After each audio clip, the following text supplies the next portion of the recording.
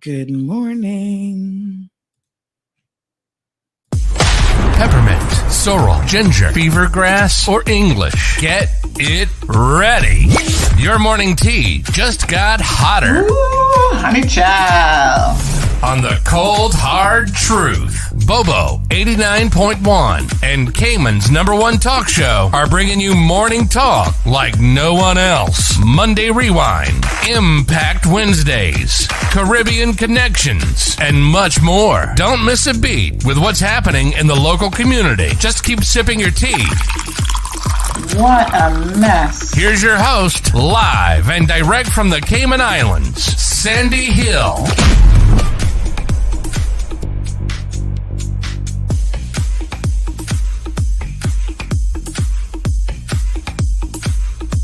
All right, good morning, everyone. We got Blake and Aaron live and direct in our studio this morning. Hello, Blake. It's random too because it came out of nowhere. But apparently it's called Face It Alone. Roger Taylor and Brian May basically found this song over the summer and it's like all put together. It's really good. So I'll have to play a little bit of that for you later. Very cool. All right, time is 7:32. I have some important news for you. Interesting news. It's Blake and Aaron's Spilling the Tea with Sandy. K-Man's top news headlines of the day from CMR.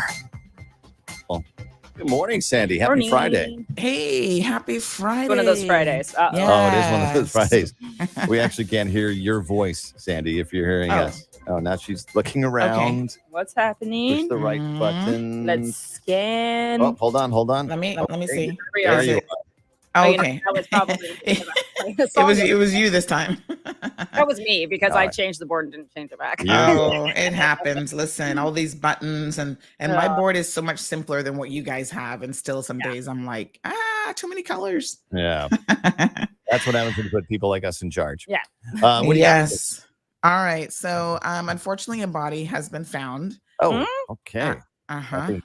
Yeah, Happy we Friday. posted it, but we didn't mention it yesterday because we were still waiting on the police, but it actually happened the night before.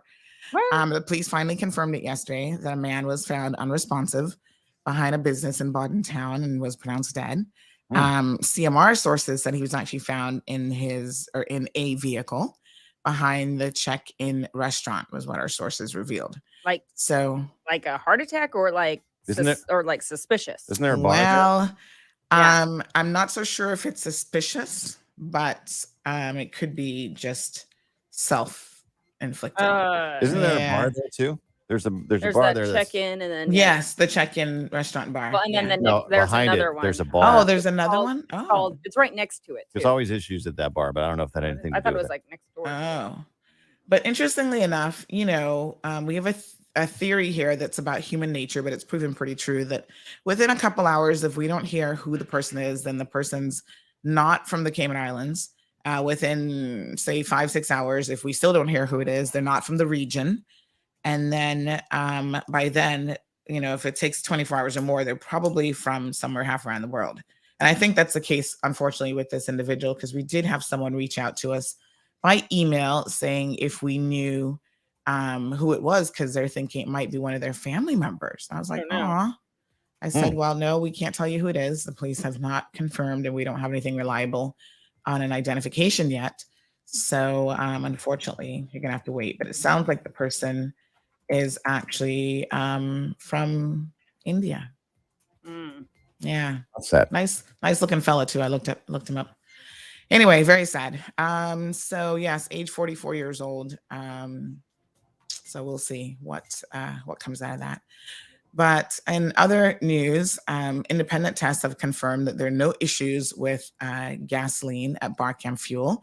So Barcam Esso. I don't know if you guys heard about this a few months ago, but there was a complaint that was received, and the authorities, Off-Reg, did an initial investigation of their own. They checked the tanks and they checked the quality and so on, and they found nothing. But they went the further step of having it independently verified, and they said that the independent lab results confirmed that there was no evidence of contamination of either the gasoline or the diesel. So whatever complaints that person may have been having was probably just their car. It's not, I always say, a coincidence in time doesn't mean that something caused it. So it's probably something else going on with their vehicle.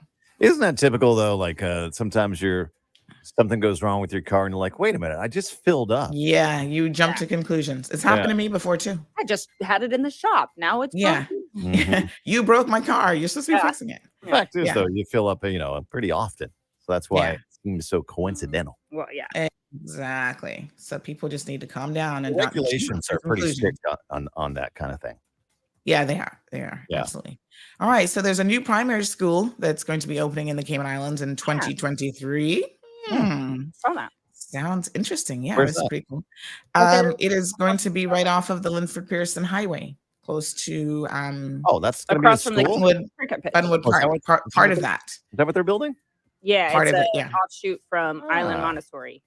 So it's Okay. going to be called Island Primary. Mm-hmm. Is that whatever building is they're working on right now? It's tiny. I was like, what is that going to be? It's like a shed.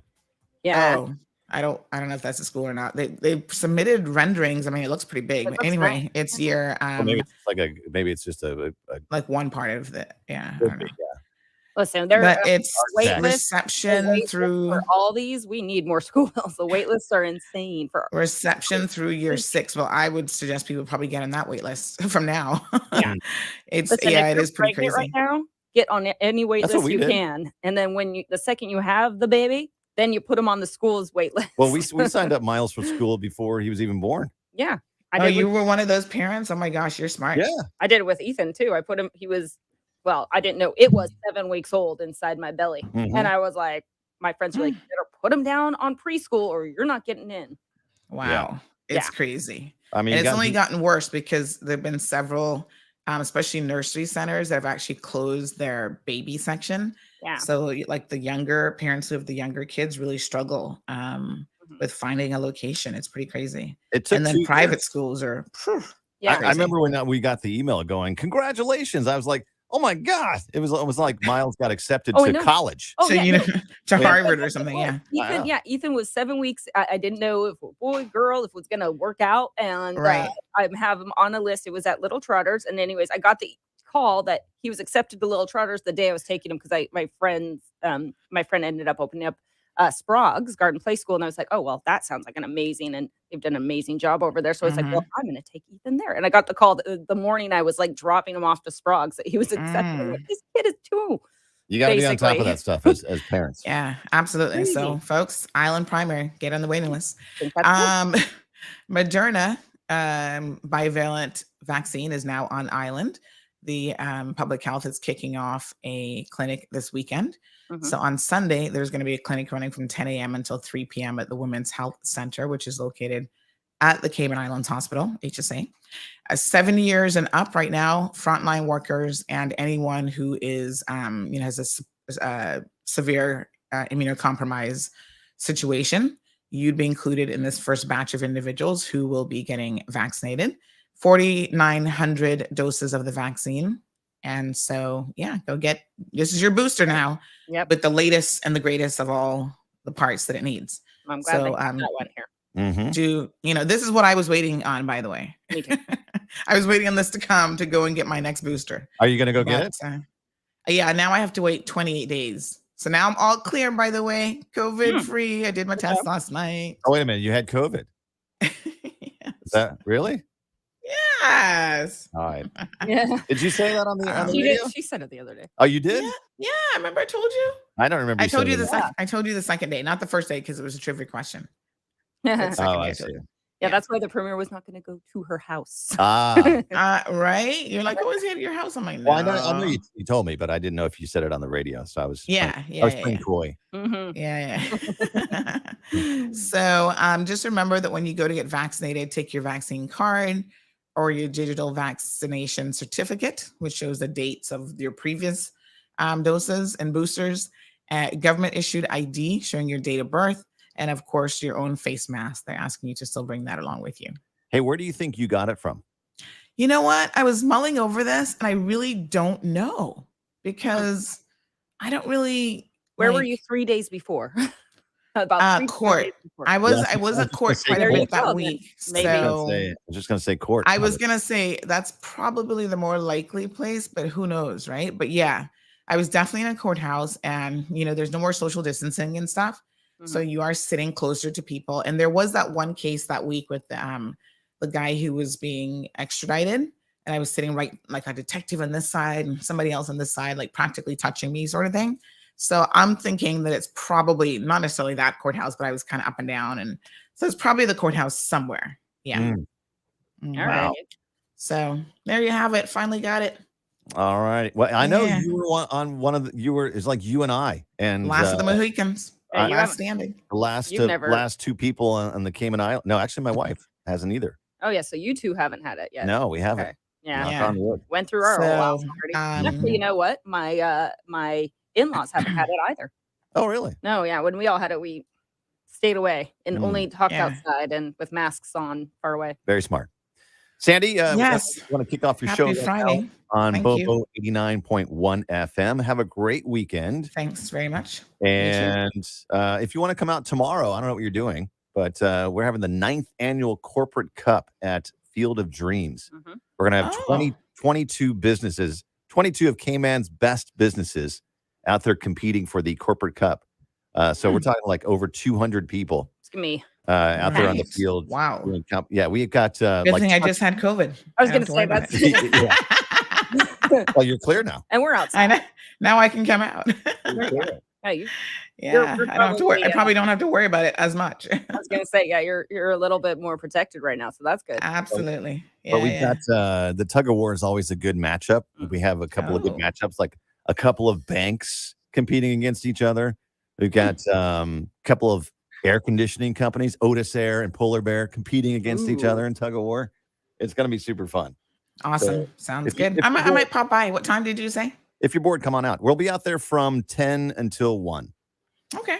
So, Yeah, all right. Awesome. Sounds Otherwise, good. we'll see you Monday morning for the headlines. Bye. Have a good one. See you later. All right, folks. Good morning. How are you guys doing? I'm still taking some meds. The antiviral meds are done. So I'm going to take, this is just my Zyrtex or whatever. So I'm going to take that now at 7:45. Good morning. Swallowed it. Yes. So if you're a parent, I guess you know already, it's midterm break. Your kids are getting a break, I should say, not necessarily you. And oh my gosh, when you got kids at home, they get into everything. So my floor mat, let me just grab it 1 second here. Hold on. It actually became a puzzle mat. So I have a what are these mats called? They're like the not stress mats, but are they tension mats? What are they called again? But you stand on them and they have some cushioning and stuff when you have to stand, especially if you have like no shoes on. It's good to have a little bit of cushioning and not standing on the hard tiled floor. So I have one of these mats, and it made it in the middle of the studio, and now it has a LOL puzzle on it because Jana is home from school for the next week, and she has been working on a really cute LOL puzzle. We put that together yesterday. So yes. Anyway, good morning to everyone. Good morning, Miss Vernita. Evelyn is here. Alice is here as well. So I did my COVID test last night. We are all clear. We are all clear. So I can get out and about a little bit.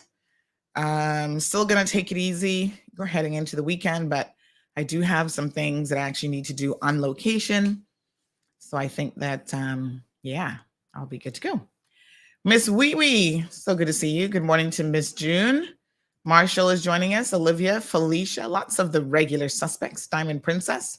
Stephen in the UK. Stephen, tell us what's going on in the UK. How is life? Amigo Isleño says, good morning, Miss Sandy, and all blessings. Blessings to you too, amigo. Brandon is here. Sunshine, little emoji. Those are cute.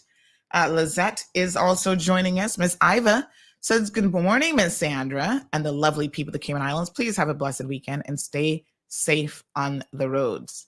Well, actually, it says stay on the roads, but I think she meant to say safe. Stay safe. But you want to stay on the road too. That's how you stay safe. Lulu says, right. So you put a highway right off of a busy, congrats highway. Who makes these decisions, huh? What did I miss? Congrats, not congrats. Oh, congested. Oh, Lulu, you had me confused. Lulu says congested, not congrats. What highway are you referring to? Oh, do you mean about the location of Island Primary School? Well, actually, that might be a good thing because then people can get in and out quickly without immense traffic, because that expansion is going to help the traffic situation considerably. Good morning, Miss Joy. Good morning to Miss Ethel. Miss Beulah's here. Luis, buenos dias. Richard joining us says, congrats on the negative test. The only one test you want to fail. I know.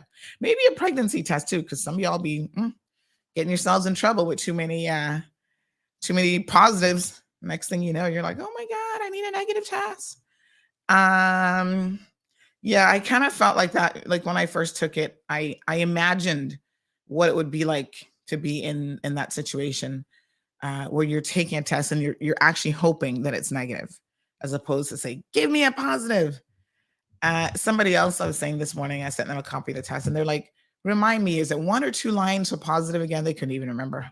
Daisy's in the house. Miss Melita's here. Miss Dawn is here. We've got some guests, by the way, who are going to be joining us at 8 o'clock. And we're going to kick off a few meaningful discussions about what government is doing. So very, very important stuff. Miss Dawn, so good to see you. Aliano says good morning to everyone. Oh, yes, Lulu, I got you. All right. So lots happening. So yes, unfortunately, a gentleman has been found. Like I said, his family members reached out. He actually is a food server at one of the local hotels, if it's who they think it is. We haven't confirmed yet, but I wouldn't doubt that they're probably correct. 44 years old. Aw, handsome little fella. I wonder what happened.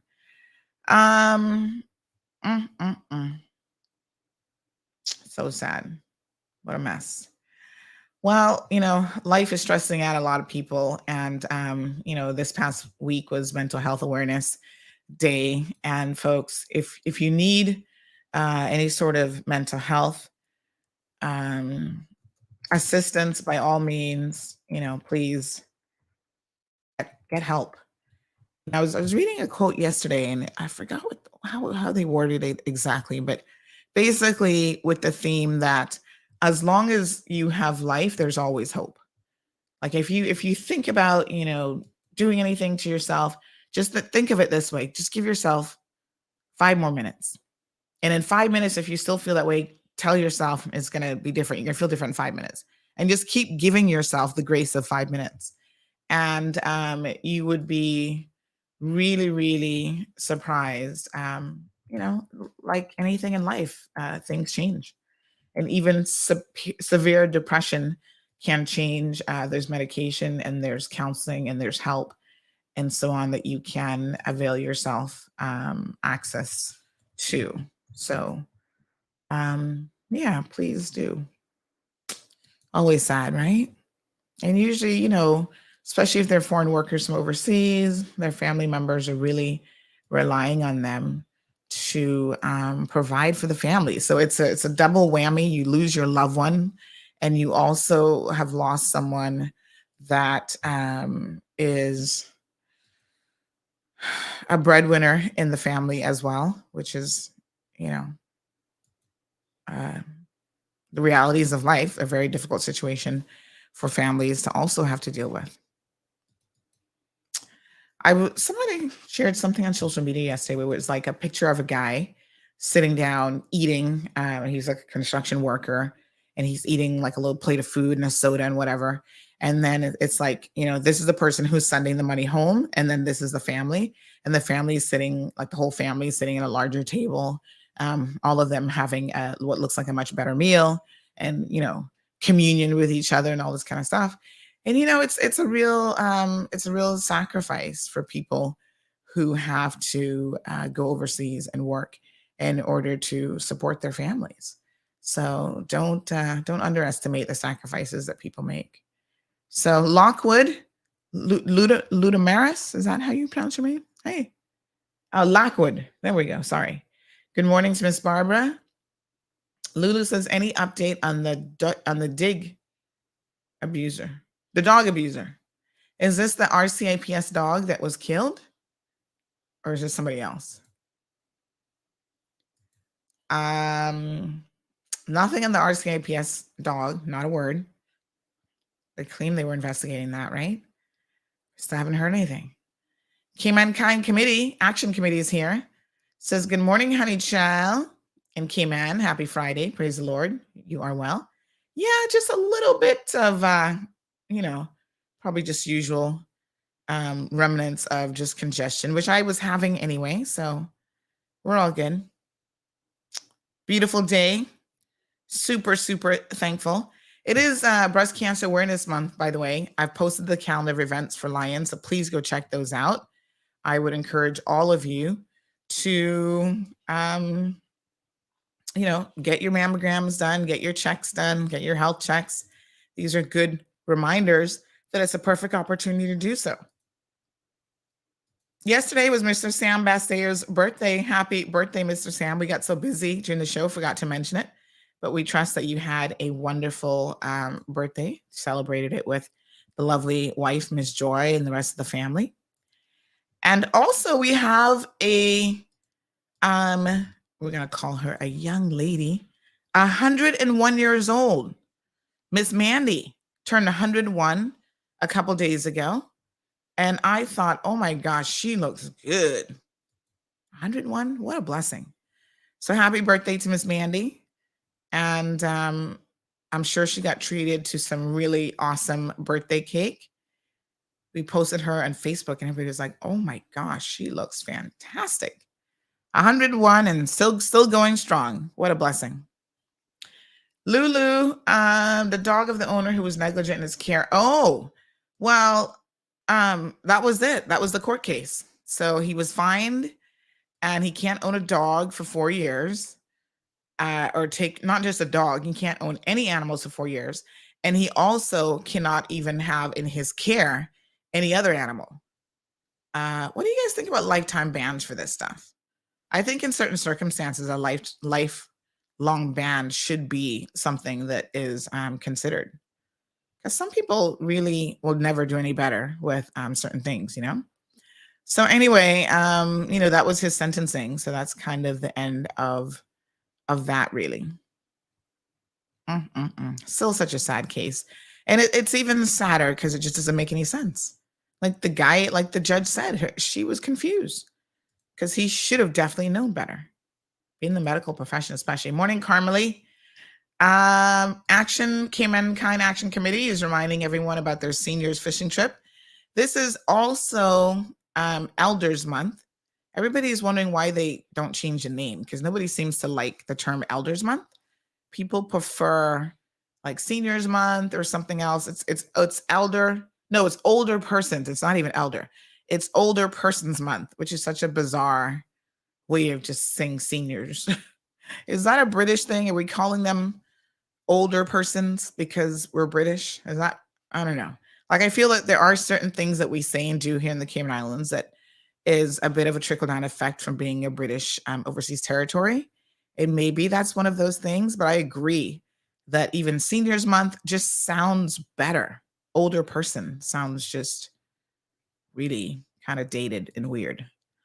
So maybe we can get a change in that. I don't know. Because we do celebrate holidays, obviously, that are celebrated somewhat in the UK. So we get some of their holidays and then we have some of our own. Will we get a holiday next year during the coronation? Because that date has now been set for May the 6th, I believe, which falls on a Saturday. And then the bizarre thing is, although it's a Saturday, do we still get a public holiday? Inquiring minds want to know. I'm not too sure, but I guess we should hear it soon. So Miss Lulu says, yes, it should be a lifetime ban for him. Emma says, how about Superior Intelligence Month? Well, Emma, you might be jumping to conclusions now. Because just because somebody is elder doesn't mean they're superior intelligent, honey chill. Some of them not got no sense either. So I'm not too sure. That might be a conclusion that you're jumping to. But nonetheless, I think it should be looked at. There has to be a better name for it. So listen, did you guys see this post that we put up yesterday about Army Hammer being fined? We had the discussion on this program. I remember it because a lot of you guys like, oh yeah, he grew up here. He must have some sort of status or whatever. Well, growing up here doesn't mean anything. Y'all should know this by now. Being born in the Cayman Islands doesn't entitle you necessarily to being a Caymanian. So as it turns out, he, may have been here or whatever, but he's not a Caymanian. He doesn't have PR. He doesn't have rights to work. He doesn't have anything. So you guys remember the whole hoopla, like, oh, he was working in a bar or restaurant, and then it was like, no, he was working at the hotel as a salesperson. Well, it turns out that he actually was. Immigration work, WRC, got a hold of him and actually fined him and his employer in bold brackets. They've been fined. What a hot mess. Breaching the immigration law should be a very, very serious situation. So our sources have reliably informed us that he's been fined some kind of money. I'm sure it wasn't much. And so there you have it. What a mess. If you see him back on island working, now you know, report him to work. He is not supposed to be working in the Cayman Islands. It's really weird. Like, I feel the whole thing is bizarre. Does he not have any royalties from, he might not have any current jobs because of all his scandals and whatever, but does he not have any royalty money coming in from previous situations, previous jobs? Actors and actresses and performers, they tend to get royalty money. So anyway, he's not to be working here. So hopefully he behaves himself now. And he's gotten the message loud and clear. In the Cayman Islands, we will not, repeat, we will not be turning a blind eye for people who break our laws. Yeah. So,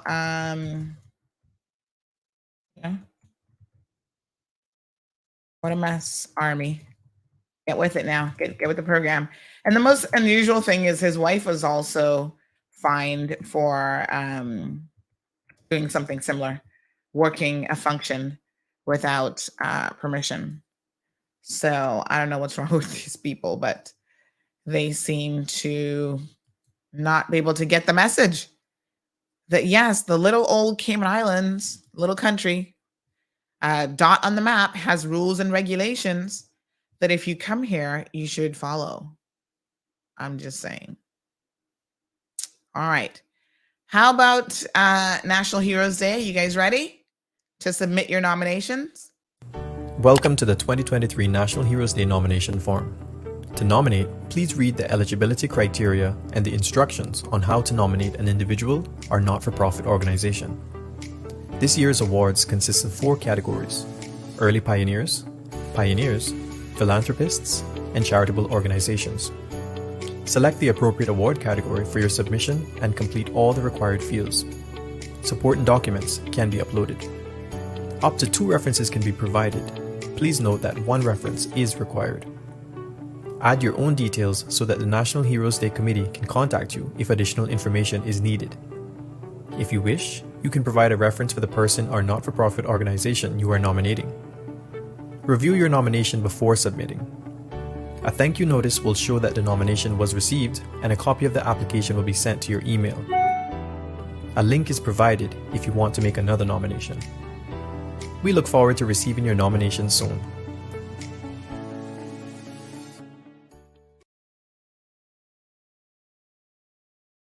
I love volunteering because it enables me to support my community.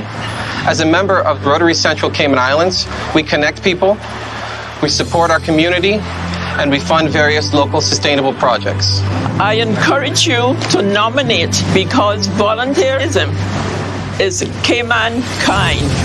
Nominate your hero on gov.ky/YFCH and click Nominate for NHD.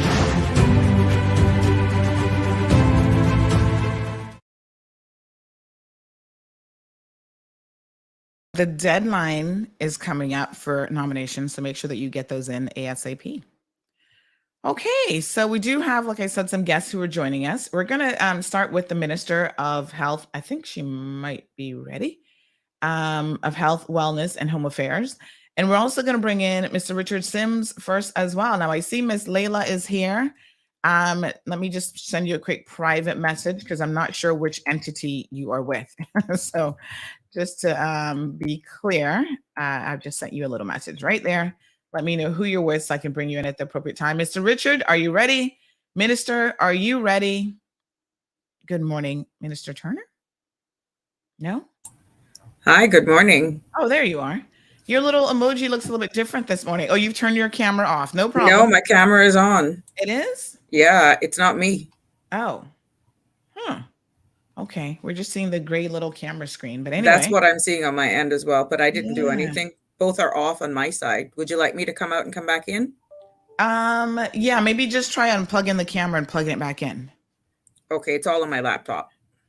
Oh, this is the integrated one. You know what? Look on your laptop keypad and make sure that button is turned on. Because you know they have the privacy button where you can turn it off and on. I bet you that little button might have it off. So just toggle that off and on and see what happens. Most laptops now have, Yep. Oh, well. Well, we'll just see a blue screen, a gray screen instead of your beautiful face this morning. That's okay. And to see, I got prepared for this morning. Not fair. I know, right? They want to see my director, Mr. Sims, better than me. But you know what? I'll come out and come back in. Yeah. Okay. Not a problem. All right. In the meantime, let's pull in Mr. Richard Sims. We do have a number of people who are going to be joining us this morning. Good morning, Senor Sims. How are you? I'm good. Thank you for having me this morning. Okay, beautiful. Now, you are the director of the Department of Environmental Health, DEH. Yes, we always confuse DEH with environment because they're kind of close in names. Yeah. So not to be confused. Yeah, and we're in the same building as well, so that makes it even more confusing. Eh? Oh my goodness, what a thing. Yeah.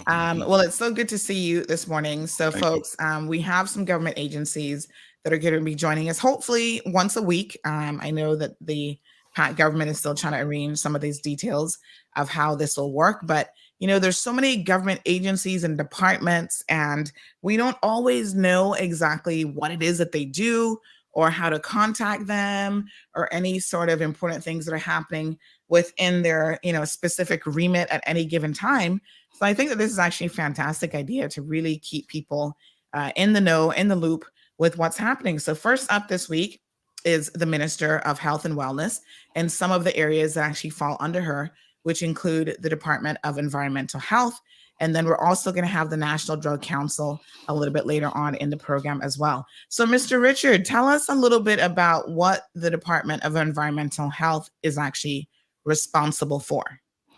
Well, the Department of Environmental Health protects the public from environmental health related issues, including the management of food hygiene. For example, we monitor all the restaurants in the island, ensure that proper food hygiene practices are being done, and food safety. We have a laboratory that includes a few scientists that are in there that look after recreational water, oil, and food sample testing. Once the food officers bring food from restaurants, they do the testing on those to ensure that they're fit for consumption and stuff like that. We are also responsible for district sanitation. Rodent control. We also have an engineering team that looks after pool. A lot of people don't realize this, but every pool that's built in this country, we are responsible for passing the plans for those. Really? Now, you see, this is what I'm telling you. This is why it's so important, because I certainly didn't know that. That's amazing. Yeah, because a lot of people think of DH. The only thing you think of most of the time is waste, that we're just waste handlers. But we look at inspect every commercial pool each year. And Is it commercial and residential or just commercial? Well, we're responsible for all pools. Okay. But residential and private pools as well. But we Okay. mostly do a lot of inspection on the commercial pools across Right. Ireland. And of course, we deal with solid and hazardous waste, and which includes collection, which is part of our responsibility. And part of that includes recycling and disposal. And we also do public education. You'll probably be seeing a lot of my public relation officer. She's been busy lately putting a lot of things out there on Facebook and all those social medias and stuff like that. So, just getting all the awareness out there, because I would like the public to know a lot more about the other side of environmental health, not just the waste handling side, because everybody knows that. But like as you just said, you didn't know that we look after pools and stuff like that. But we have a great responsibility. It's when we look at some of the training that we provide to beauty salons and barbershops and all these kind of things, right? So there's a lot going on with Department of Environmental Health. We are a busy department. It's full throttle from the time you get until when you leave for the rest of the day. Wow, amazing. All right, well, we do see the minister. Seems like we can now see her. We'll give her a second just to make some camera adjustments. But yes, thank you so much, Richard Sims, Director of Department of Environmental Health, for giving us that rundown, because again, there was so much there that he was just talking about that I hadn't really thought about, that, oh yes, the EH would be responsible for that. Now you guys have your own laboratory, is that correct? Or do you just utilize? No, we have our own laboratory. We have a team of scientists in there. It's head by a manager. Some real skilled people that are in there doing an awesome job for us. So listen, I hope y'all are paying attention. DEH is not just about garbage collection. They do a wide variety of things, everything from district sanitation, hygiene, and food safety. They have their own laboratory. Pools, making sure that the pools are safe. And you do random testing of food. Did I just hear you say that correctly? Absolutely, yes. We have our food officers that inspect the restaurants, making sure that they're all in check. Because you gotta realize, on the Cayman Islands provide some of the best cuisines in the Caribbean. Absolutely. And we have some of the best restaurants in the Caribbean. We try to make sure that they all provide tip-top service with good quality. And my food officers, they take care of that. That's their responsibility. So from time to time, yes, they go in, they take food samples from the restaurants and take them into our labs, and because another thing that a lot of people don't realize, is that the food that come into this country, before they go on your shelves, we have to inspect those and make sure that they're safe to be in your grocery stores and get out there for consumption. So a lot of things that goes on with DH. All right. Well, we do have a caller who's making a lot of noise on the phone. Mr. Amelia, good morning. Good morning, honey child. How are you? Woo, you're coming in hot and heavy this morning. I'm good. How are you? I am blessed and highly favored beyond all measures. Good morning, my good friend, Mr. Richard Sims. How are good you morning. this morning? I'm good, thank you. How are you? Sandy? Yes, ma'am. I'm blessed and highly favored. Yes, ma'am. You have a tremendous person on who plays a humongous role in the Cayman Islands. Wow. I thank God so much for Mr. Sims. Him and his department has done so much tremendous work in getting our island back into tip-top shape, with the cleaning, with the removing of derelict vehicles, and he deserved, a lot of hats off and bowing and what have you, because Mr. Sims have worked with Caymankind Action Committee tremendously, and we are so happy that he was happy to come on board with us and to start getting these derelict vehicles out of our island. I am so happy that he now has a full staff so that we can continue to work, because it seems the more we clean, the more that people push out on on the streets, which we need to educate them that it needs to stop, that the dumping of the derelict vehicles, as Mr. Sims said yesterday on the radio, that it's no charge. People need to be educated. It is no charge to take their vehicles to the dump. All they needs to do is make an appointment once the is done, dealt with, and then they can take it to the dump and they will receive it. So we need to ask people to stop dumping these derelict vehicles on the road. It comes in like they have a mind free and they don't have no money to pay for the dump to accept it. It's free to go to the dump.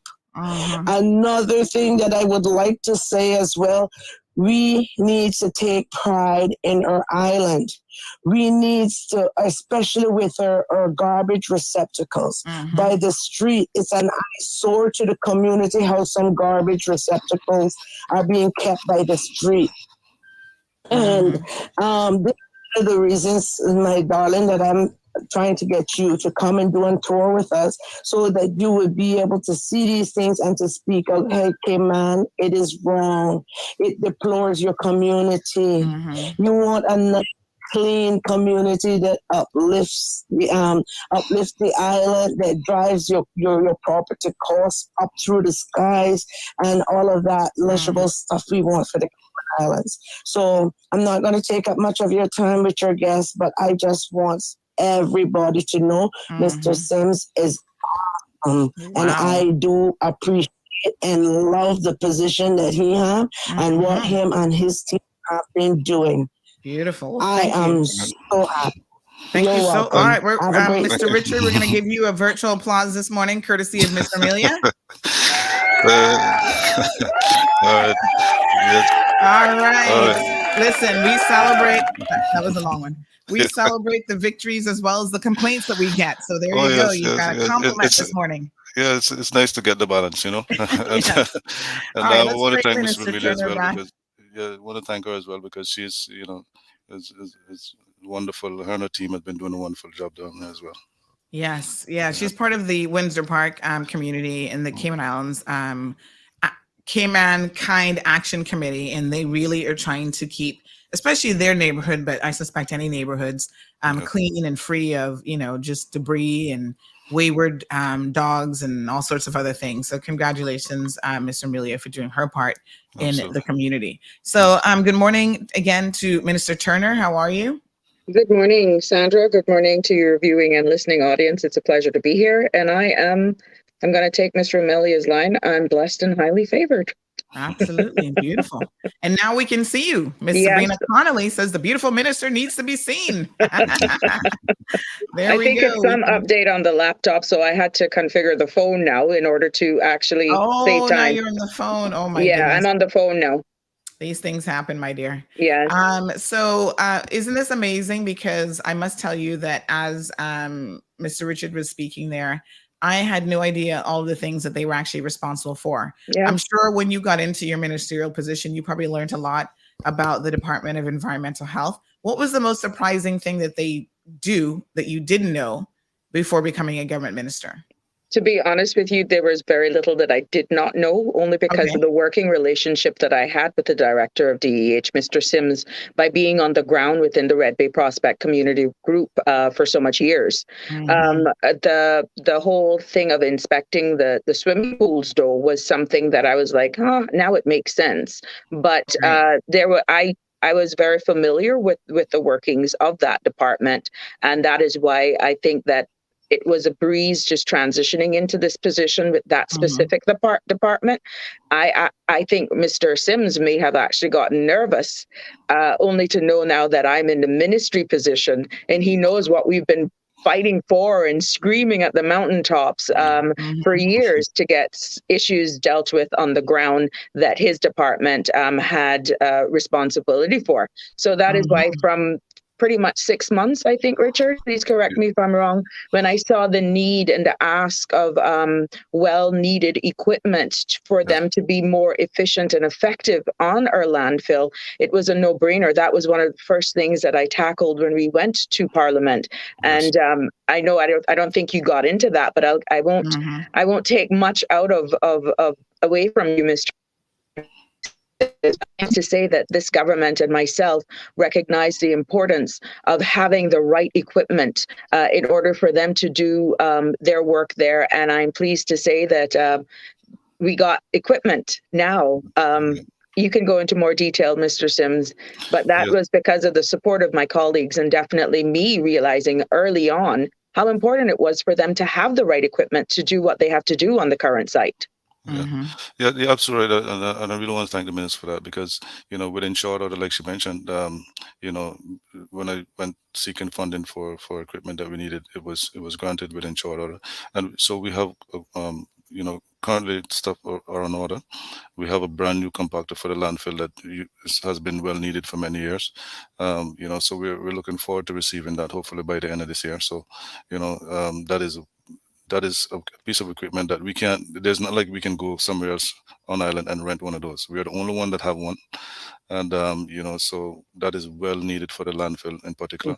And so, that helps with, reducing fires and compacting the landfill properly. So we're looking forward to having that. And yes, and thanks to the minister for the support and us getting the funding for and I understand you were looking for this type of funding for a number of years, and pretty much in less than 6 months after taking office, we made it happen.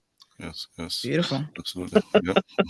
So we have two pieces of legislation, folks, that regulates the Department of Environmental Health.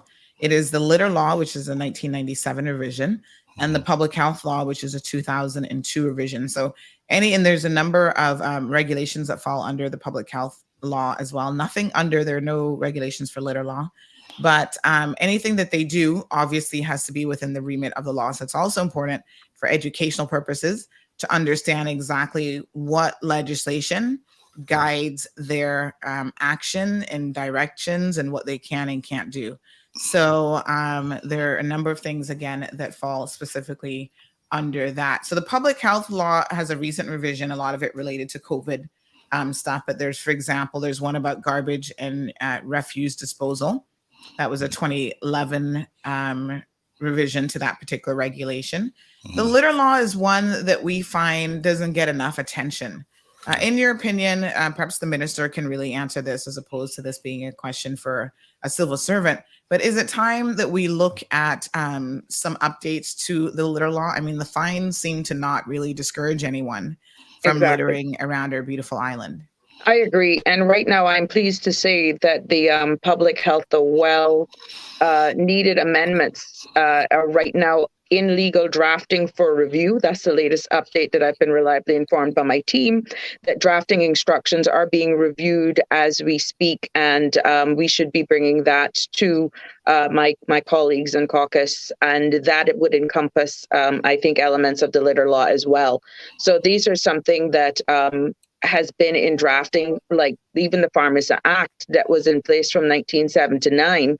Drafting instructions are also issued and anticipated for the end of this month, early into November. That is the aim. So we're hoping to have a number of legislations like the litter law, public health law, before Parliament and for discussions, out for public discussion, the process has to be followed. But where we are right now, it is a priority for our ministry to address these pieces of legislation so that we know for the first quarter of 2023, when we go back to Parliament. That is my dream, and I've been assured by my colleagues and for my team here in the ministry that we should have that before Parliament in 2023.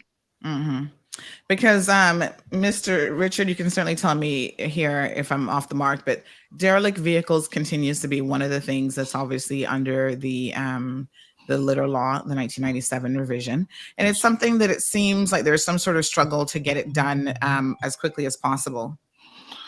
Well, the thing is, one of the things, first I wanted the public to understand when it comes to derelict vehicles, right? I mean, before you put those vehicles in a side street or out in public domains, you have already paid once a vehicle enters this country. The disposal fee for that vehicle is paid up front to customs when you're paying your duty, right? So there's no need for you to try and figure out, okay, let me just push it to the side of the road or in some dark alley for it to become a public nuisance, right? That's already done. So I think one of the reasons why people dispose of the vehicle the way that they're doing now is because they don't fully understand these things. It's already paid for, right? So there's no need to be doing what you're doing now. Just call us. We'll come. It's a $75 transportation fee from wherever it's located from your residence, and we'll dispose of it for you, right? So you guys will actually pick it up and take it to the dump? Absolutely. Oh, all you have to do is give us a ring, and we'll come. $75. Oh my gosh, y'all need to sing that from the rooftops. I feel like there's so many simple little things like this that people honestly do not know. Right. But the problem is, and what I'm seeing in communities is that people will actually literally remove these derelict cars out of their private property, sometimes obstructing roadways that is becoming hazardous. And it is quite easy to get the attention of DEH. But what we're trying to discourage, especially in residential areas, all of the derelict cars that are being scrapped because I guess in residential areas, it would be deemed illegal businesses that are going on. And this is becoming a problem. With rodents, a danger, projectiles during hurricane season, but it's just actually devaluing your neighborhood. So this whole thing of we'll put it on the roadside just to annoy neighbors, and then eventually DEH will come and collect it. There is a process of getting it removed. And I hope Mr. Sims will share those contact details, but we're trying to discourage this behavior and get pride back. I often call Mr. Sims in my commute to and from work, and I'm like, oh, I noticed where the roads have been clipped. Have you driven along this road? And he's like, Minister, they were there this morning. And I says, but something is wrong, because it's as though every day it's the same amount of trash on the roadsides. So I agree, it is a responsibility of everyone who are traversing our roads. It is a responsibility that you don't litter, throw things out of your car. And what I've noticed as well, gardening companies, persons who are moving stuff, let's say on their way to the landfill, they're not properly secured in the back of these trucks. And therefore, when they're driving and the breeze picks it up, it just blows off, and they're unaware of what's happening. That's another form of litter as well. Yes. All right. We do have a caller who's on the line. Good morning, caller, and welcome to the program. Yes, good morning. Good morning, sir. Morning. Yeah, at the landfill, there are a number of containers at the entrance area where you have 24/7 access to deposit any waste. Yet, I'm not so sure how attractive that is for somebody coming from eastern or north side, having to pass all the bush and everything where they can deposit their stuff illegally. I'm wondering if that same concept can be taken to the district level, where a particular location is selected, a couple of containers is placed, and encouraging people to deposit the waste. Because if you were to drive, there's a back road coming from east, where I think Bernadette's Quarry is. If you were to take that road, find a number of where people are depositing mattresses, fridge, and the likes. If we were to place containers, let's say, especially for the Eastern District, those that have to drive from north side or eastern to the landfill to dump off an old mattress, if those were, I think that would incentivize people to want to deposit there rather than dumping them in the bush. Just wondering what the minister and the director think on such an idea. Thank you so much, caller. I appreciate it. Okay. And of course, before you answer that, I guess we should also say that this regen project is looming, in the sense that could impact a lot of what DEH will be doing. I think there's supposed to be some further discussions on that point, which came out this past week in Parliament as well. Yeah, All right, let me address first the issue that he's recommending. Yes, we've looked at that because we know we've been having a lot of problems in the area that he referred to. That's on Farm Road. On a weekly basis, I have to send my team out there to clean up Farm Road because you find a lot of fridge and stove and mattresses and all these things every week is up there. Now I've tried putting containers at the East End Civic Center, and if people would just respect the fact that when they fill, just wait and then come back and bring their waste, it would have worked. The thing is, even when it's full, people are just putting stuff all around it, and eventually I have to, instead of sending a guy with a truck to go and collect the stuff, I have to send a team of people every time, and that takes a lot of time and resources to get all of that done. And we find that it wasn't working because there was too much trash around in the place, and they were making a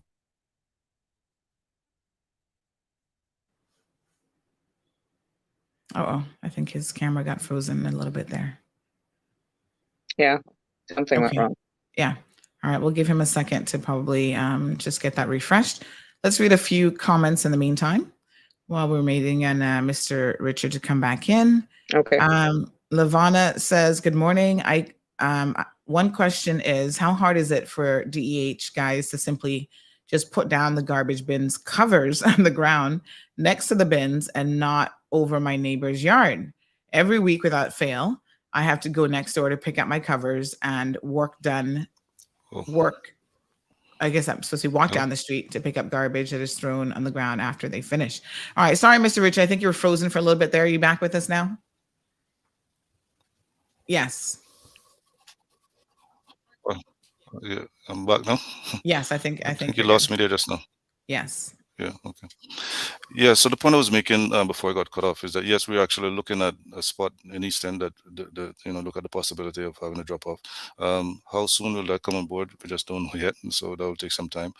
Obviously, you have to do some EIA surrounding that, and making sure that it's feasible and possible. But we're actually looking at that because yes, it is a problem for people coming from the eastern districts to have to traverse such a long distance to drop off stuff at the 24 at the landfill. So it would be more convenient for persons in the eastern districts if they had that kind of access.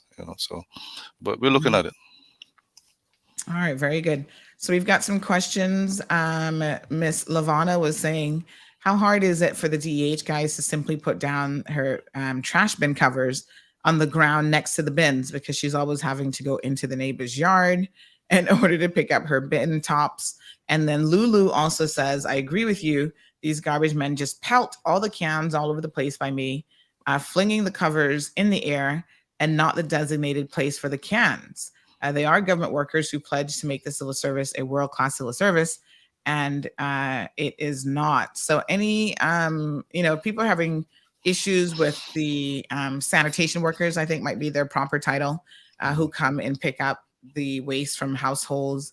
What should they do? And is there any training that perhaps you made available to your employees to kind of let them know what maybe customers like and don't like as it relates to the handling of their garbage bins? Sure, yeah, because I've been receiving those complaints recently, and I've been addressing that with the team, and I will do so again this morning. Because as a matter of fact, I'm meeting with as soon as I come out of the show here, I'm meeting with the collection team, so we can go over and address these issues. Because yes, it's good customer service, right? And I mean, it's just as how we're expecting people to keep their garbage enclosures in nice, respectable manners. Of course, when we're collecting their garbage, we should be able to put back the bins in the enclosures as we found them. And so, yes, absolutely, that is something that we're definitely working on, and we'll have the team address those. And Mr. Sims, I would like to invite you to come. We can discuss in more detail in going back to addressing the issues of finding ways to dispose of convenient ways in the Eastern District to deter illegal dumping. But we need to look at anything that we can do to innovate and, lessons learned so that we can better achieve this and stop what's happening. But I invite you, and you know that our doors here are always open. But this is why it's good to have forums such as this so that we can see what the people are saying, but where it's innovative and just trying something new, lessons learned. Let's move forward. We are willing to sit and meet with you, myself and the chief officer, to address this problem as quickly as possible. Yeah, everyone wins. Another complaint about the handling of garbage bins from Richard and Miss Janet. We do have another question here. Miss Cayman Kind Action Committee says, remember to put your garbage in the proper garbage bags, not shopping bags, as they're an eyesore to the community. Yes. So can you give us some suggestions? And I know your time is limited this morning, Mr. Richard, but can you give us some suggestions on how people should ensure that they are bagging up their garbage properly at the curb? Yeah, absolutely. We want you to, let's Miss Amelia just mentioned that stop using the Foster bags and the Hurley's bags as your garbage bin, right? Put your waste in proper garbage bags and cover them. Cover them and cover your bins. If you don't have lids, make sure you find some way of covering your lids, because we find that will protect it from the chickens and other rodents that get in there and dig out the garbage and stuff like that, and spread it all over your enclosure. Because those are the things that I want members of the public to understand. We won't pick up loose waste around your bin, so it has to be in a bag. Right, and if it's covered, all the better for us and you, right? And like I say, once covering is really important. I don't want people to understand, because we have a lot of chickens around the place, right? And they have no discretion when it comes to your waste. They're not going to just take they'll spread it all over the place, right? So that is important for us. And once you can do your part, I'll ensure that my team do their part in making sure that your bins are returned in their respective enclosures. Director Sims, one of the things that we need to look at, and this is something that I'm going to make sure is actually clear enough in legislation, since we're in the process of reviewing and moving forward, is that those residential areas where there are apartments, the enclosures has to meet a certain specification, because 2 garbage bins and let's have 8 apartment units. 2 garbage bins is not going to be able to properly hold and store the garbage for collection without being an eyesore. And I think that's something that has to be visited as well. A lot of these yards, like a single dwelling home that was made for a single family, are now being slowly but surely converted into, let's say, an 8-bedroom apartment, which was only intended for 3 or 4 family members.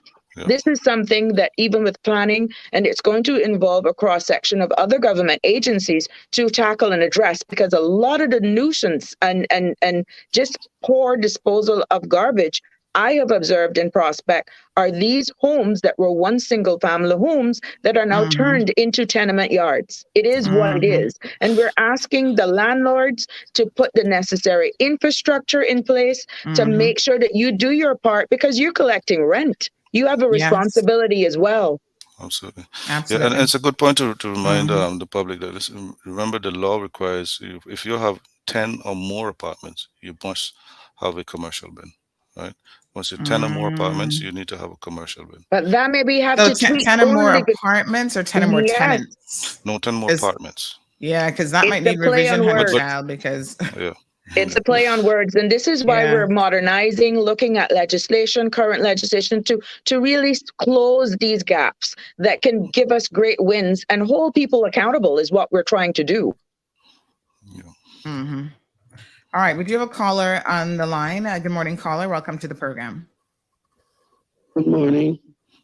Good morning to the studios, and morning. Good morning. Like the lady minister. And it doesn't have anything to do with environmental and situation. So I'm wondering if I'm ready to speak this, because it has to do with HSA. Okay. Well, we are here. So let me just kind of explain what we're doing this morning, Ms. Charlene. We have environmental health and we have the National Drug Council. So we kind of want to keep the topic specific to those things. Mr. Richard just has a few minutes on air. So at some point, maybe HSA folks will come on with the minister. But Miss Charlene can call me. Yes. No problem. Sounds I've good. I've been trying. Thank you. I'll WhatsApp you another number for her. Okay, thank you. All right, Thank my you. dear. Okay, very good. All right, folks. So yes, just to respect our guests and the time that they have on the program, if we can kind of just keep the topic related to what they're here for, that would be great. So the question then becomes, a few people, Richard, are asking this question.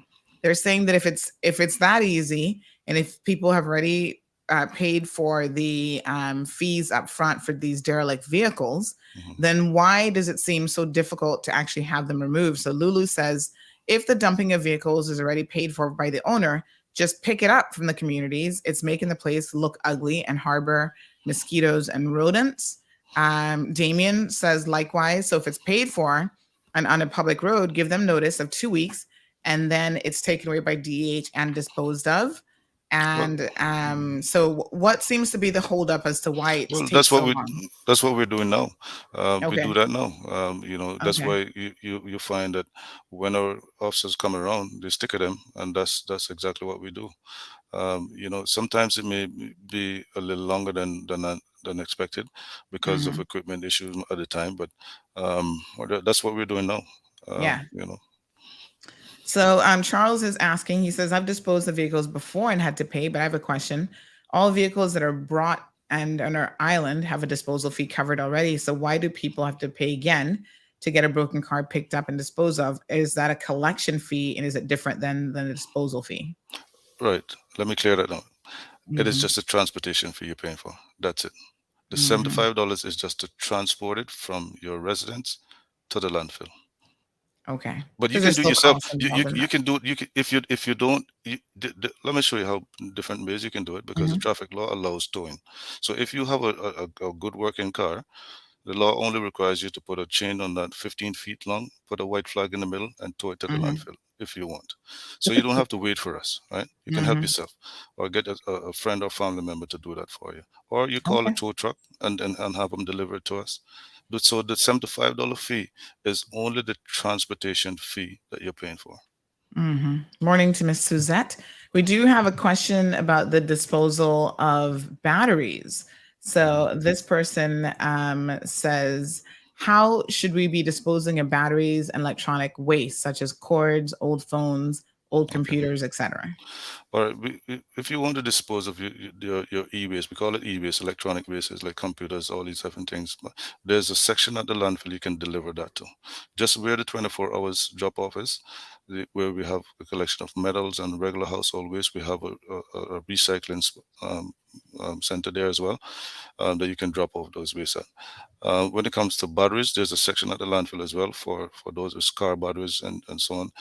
But for smaller batteries, like your AAAs and all of those things, we have tubes at various grocery stores across the island. Then when you go in grocery shopping, you take your already used batteries there, you drop those in there, and we'll collect them. All right. Right. But when it comes to e-waste, you actually have to take those to the landfill right at the 24-hour drop off. You can do that anytime. You have the time to do so. All right. Another question says, why not just include the transportation fee into the disposal fee? Well, I guess we can have that done through regulation as well. It's just a matter of adding it into the regulation to include that, and but for now it's not in the regulation. So, and what the regulation calls for is for those fees to be paid separately. So, we have the minister on here. That is something that we can probably look at and merge those things and mission accomplished. Yeah. As easy as that. Yeah. And we have a viewer, a listener to the program, has sent in some photos to show you what not to do with your garbage. So this person says this is an example of not bagging up properly. Yep. And in this case, this sat there because DEH will not collect this, folks. Right. Yeah, So, because oh you my could gosh. imagine, right, the amount of time that just looking at those photos, you can see the amount of time that my team would have to sit there and collect those, right? Yes. Oh, this is such an eyesore and disgusting. And then after a while, all of the stuff starts to fall out, and like the other person said, I think that was Lulu, rodents and mosquitoes and everything gets into that. That's all ingredients for infestation. Yes, exactly. Right. No, but you have to look at it, Miss Sandra and DEH director. The gentlemen that are working on these, that are doing these jobs, they are human beings. And even though we provide the correct equipment, properly bag your garbage. These are sons, their fathers, their husbands. I mean, at least have that much respect in the disposal of your trash. It makes it easier. Their collection times will actually improve. But when you have these little thank you bags, you know what that is, even if they're throwing the whole garbage can emptying into the back of the truck, these things spill over, and we know what the feral cats and the chickens can do to them if they're not properly bagged. So I'm happy that that your viewer shared those pictures to see what our workers are exposed to on a daily basis. And that actually looks good. I have personally been in the community, and Mr. Sims has been with me as well. And we have seen garbage enclosures so nasty that there are actually maggots in there. And we have gone to homes, and we have gotten bleach, other members of the community, to try and alleviate this problem. But we all have a responsibility. I don't know how anyone can drive out of their yard in the morning and see a garbage from their receptacle that has been overnight either dealt with by dogs, cats, or in the morning chicken, and not pick it up. That just baffles me how you can do that. So we all have our part to do, but think about the sanitation workers and that they are picking up your garbage. At least put it in the proper bags. Well, we do know that Mr. Richard has to leave here shortly. He's got a hard stop at 8:45. So a few more questions and myself comments as well. Oh gosh. Okay. So Damien says to stop using plastic bags and use eco-friendly bags. Everything made of plastic is a derivative of oil. Val, on the contrary, says you can't tell people what plastic bags to put their garbage in. I use small plastic bags for small bins, buy garbage bags for 13-gallon bins, and my bins are clean and covered. Too many people just don't care, and they're worse than the chickens. So it looks like Mr. Sims, you're going to have to come back because there's a lot more questions and comments for you to perhaps be addressing. So I feel like we're just scratching the surface here. But one thing for sure this morning, an area of concern is definitely derelict vehicles. Lulu suggested working with the Department of DVDL licensing, which you used to head up, ironically, and maybe just get the chassis information and identify who the owners are of these vehicles and then fine them for littering as a solution to encourage people to not just leave them by the wayside. Again, from a lot of legislative changes, there's small words, a comma, or other minor changes to legislation, which is what we're currently on, and it's a collaborative issue that all of these processes that has to take place that is really sometimes slowing down the response time is what we're currently addressing right now. So with the collaborative effort of ministry, Mr. Sims, and the DMV, we intend to address all of these issues, even our SIPs, the Royal Cayman Islands Police Service. I have spoken to the commissioner on more than one occasion, sidebar meetings, of course, to try and give a little bit more leverage to the DEH staff in when cars are along the roadside, and let's say the RCIPS officers are just on other projects and it takes a little while to move vehicles. Even that has been brought up in discussions, but nothing is off the table when we are modernizing and revising legislation. And that is why we will continue the dialogue. But the time has come, I feel, and I'm quite sure Mr. Sims will agree, that is no longer talk. Let's get some sort of legislation, revised, reform, so that we can see and make their lives much, much easier in the execution of their duties. Yes. And Johan sums it up. He says that too many nasty people living and working in Cayman. It doesn't matter if you're born here or came here by plane. We have accepted the nastiness for far too long. So sentiment there that really and truly perhaps the people are the ones who have the greatest power when it comes to keeping the environment cleaner and tidier and not leaving your accident vehicles, your derelict vehicles and stuff all over the place. I know that some of you have taken to even getting CMR involved through the power of shaming. So after, a car has been on the roadside after an accident for a week, you send us the photos, and miraculously they seem to move them very quickly once we put them up on CMR. So we'll do our part if that's what it takes to move 1 or 2 vehicles a week. We'll see what we can do. But again, Richard Sims, Department of Environmental Health, he's the director. Thank you so much for joining us. We hope to see you again soon, because I feel like there's so much more about food safety that we could be talking about. But there is a course that's coming up here shortly. Can you inform our listeners about that course and why anyone who is in the food business should make sure that they look into that? Yeah, food hygiene is, like I say, is paramount for us. We look at it as a priority because, we want to make sure that anybody involved in food preparation practice good hygiene, because we don't, we've been fortunate here because of the rigid program that we have in place, that we hadn't had any major illnesses as a food consumption on the island. So, I give kudos to the food officers here that actually, teaching these programs to all the restaurants, because every restaurant personnel who are involved in food serving have to take part in these training. So they're coming up, and we're asking persons who, especially those who are also going to be engaged in the Pride Week festivities, they're also required to have food handling certifications before they go off and get engaged in food prep and serving and sales.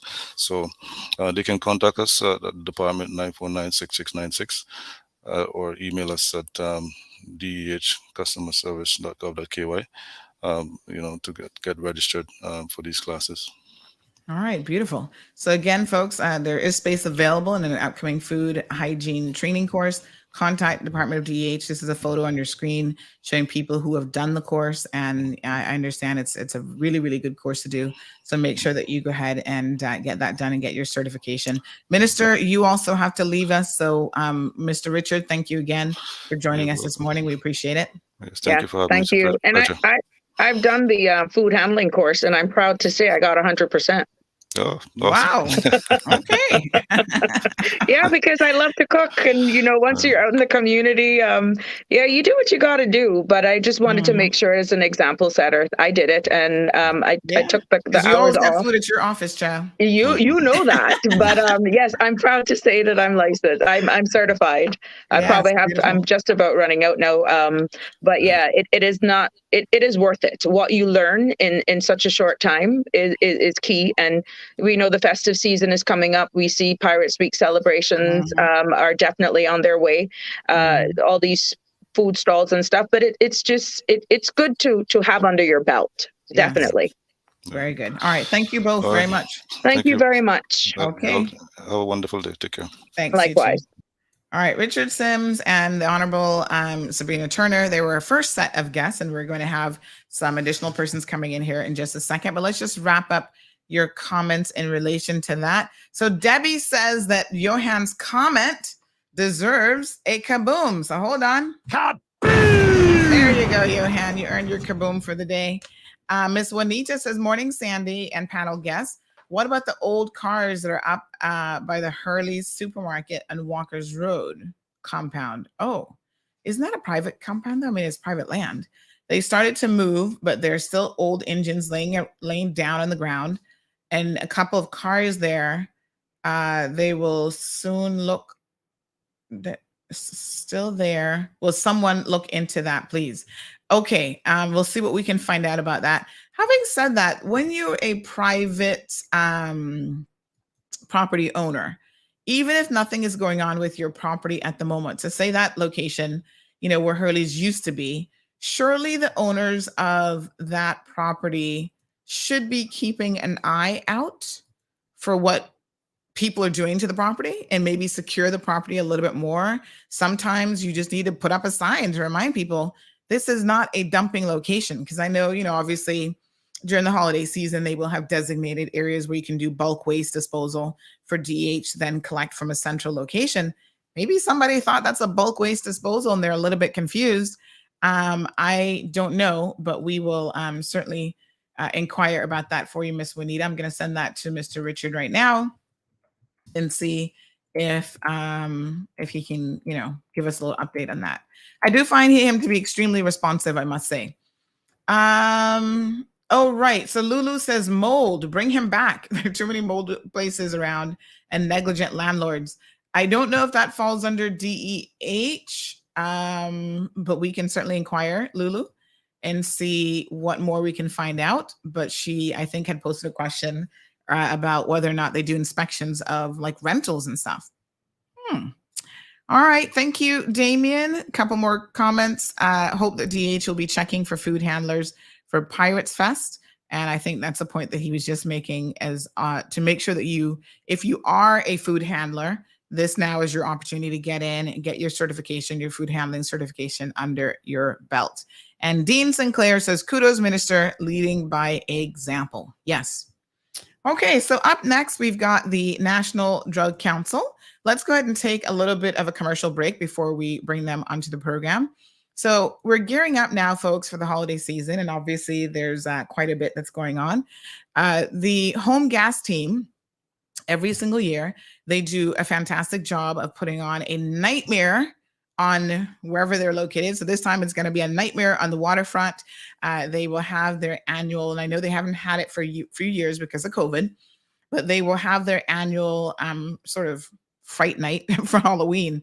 And they do this, it's a lot of fun. They do this as a bit of a fundraiser for several NPOs on island. You can take the kids out, not too young, and because some of the scenes are really kind of scary. I remember the last time I went, I was like, oh my gosh, legit scared. So, but take them out, take the family out. It can be a fun event. And the fees that you pay are also going to then help some NPOs. So have a listen to this. Home Gas presents Nightmare on the Waterfront. 4 nights of frights and horror in Cayman's only nightmare haunted house. Watch your back as you make your way through terrifying moments and nightmare scares at every turn. In partnership with Sandbar, Tortuga, McAlpine, and featuring Lost Tortugas Pirates, 100% of proceeds will be donated to local charities. Visit nightmare.ky for more. All right, so it's going to help the Humane Society, Rotary, Lost Tortugas Pirates are going to be on hand, and eco divers. So get ready for that, folks. And please do not forget that the labor force survey is underway. This is being brought to you by the ESO. And, if they come knocking on your door, invite them to ask you questions, because that's what they're there for. Useful information that helps to drive policy decisions in this community. The Fall Labor Force Survey is currently being conducted by the Economics and Statistics Office. The Labor Force Survey collects data on employed and unemployed persons. Trained interviewers with ESO ID cards will visit randomly selected households in all districts. The interviewers will exercise appropriate COVID-19 protocols using personal protective equipment. The interviews are confidential in accordance with the Statistics Act. No individual data will be published or disclosed. Survey data are exempt from freedom of information. For more details, please call the ESO hotline at 516-3329. All right, folks, welcome back. So we're not going to be joined by the National, oh my goodness, let me get their name, National Drug Council. First up, we have Mr. Simon Miller. Good morning, Mr. Simon. How are you? Good morning. How are you this morning? Thank you for having us on.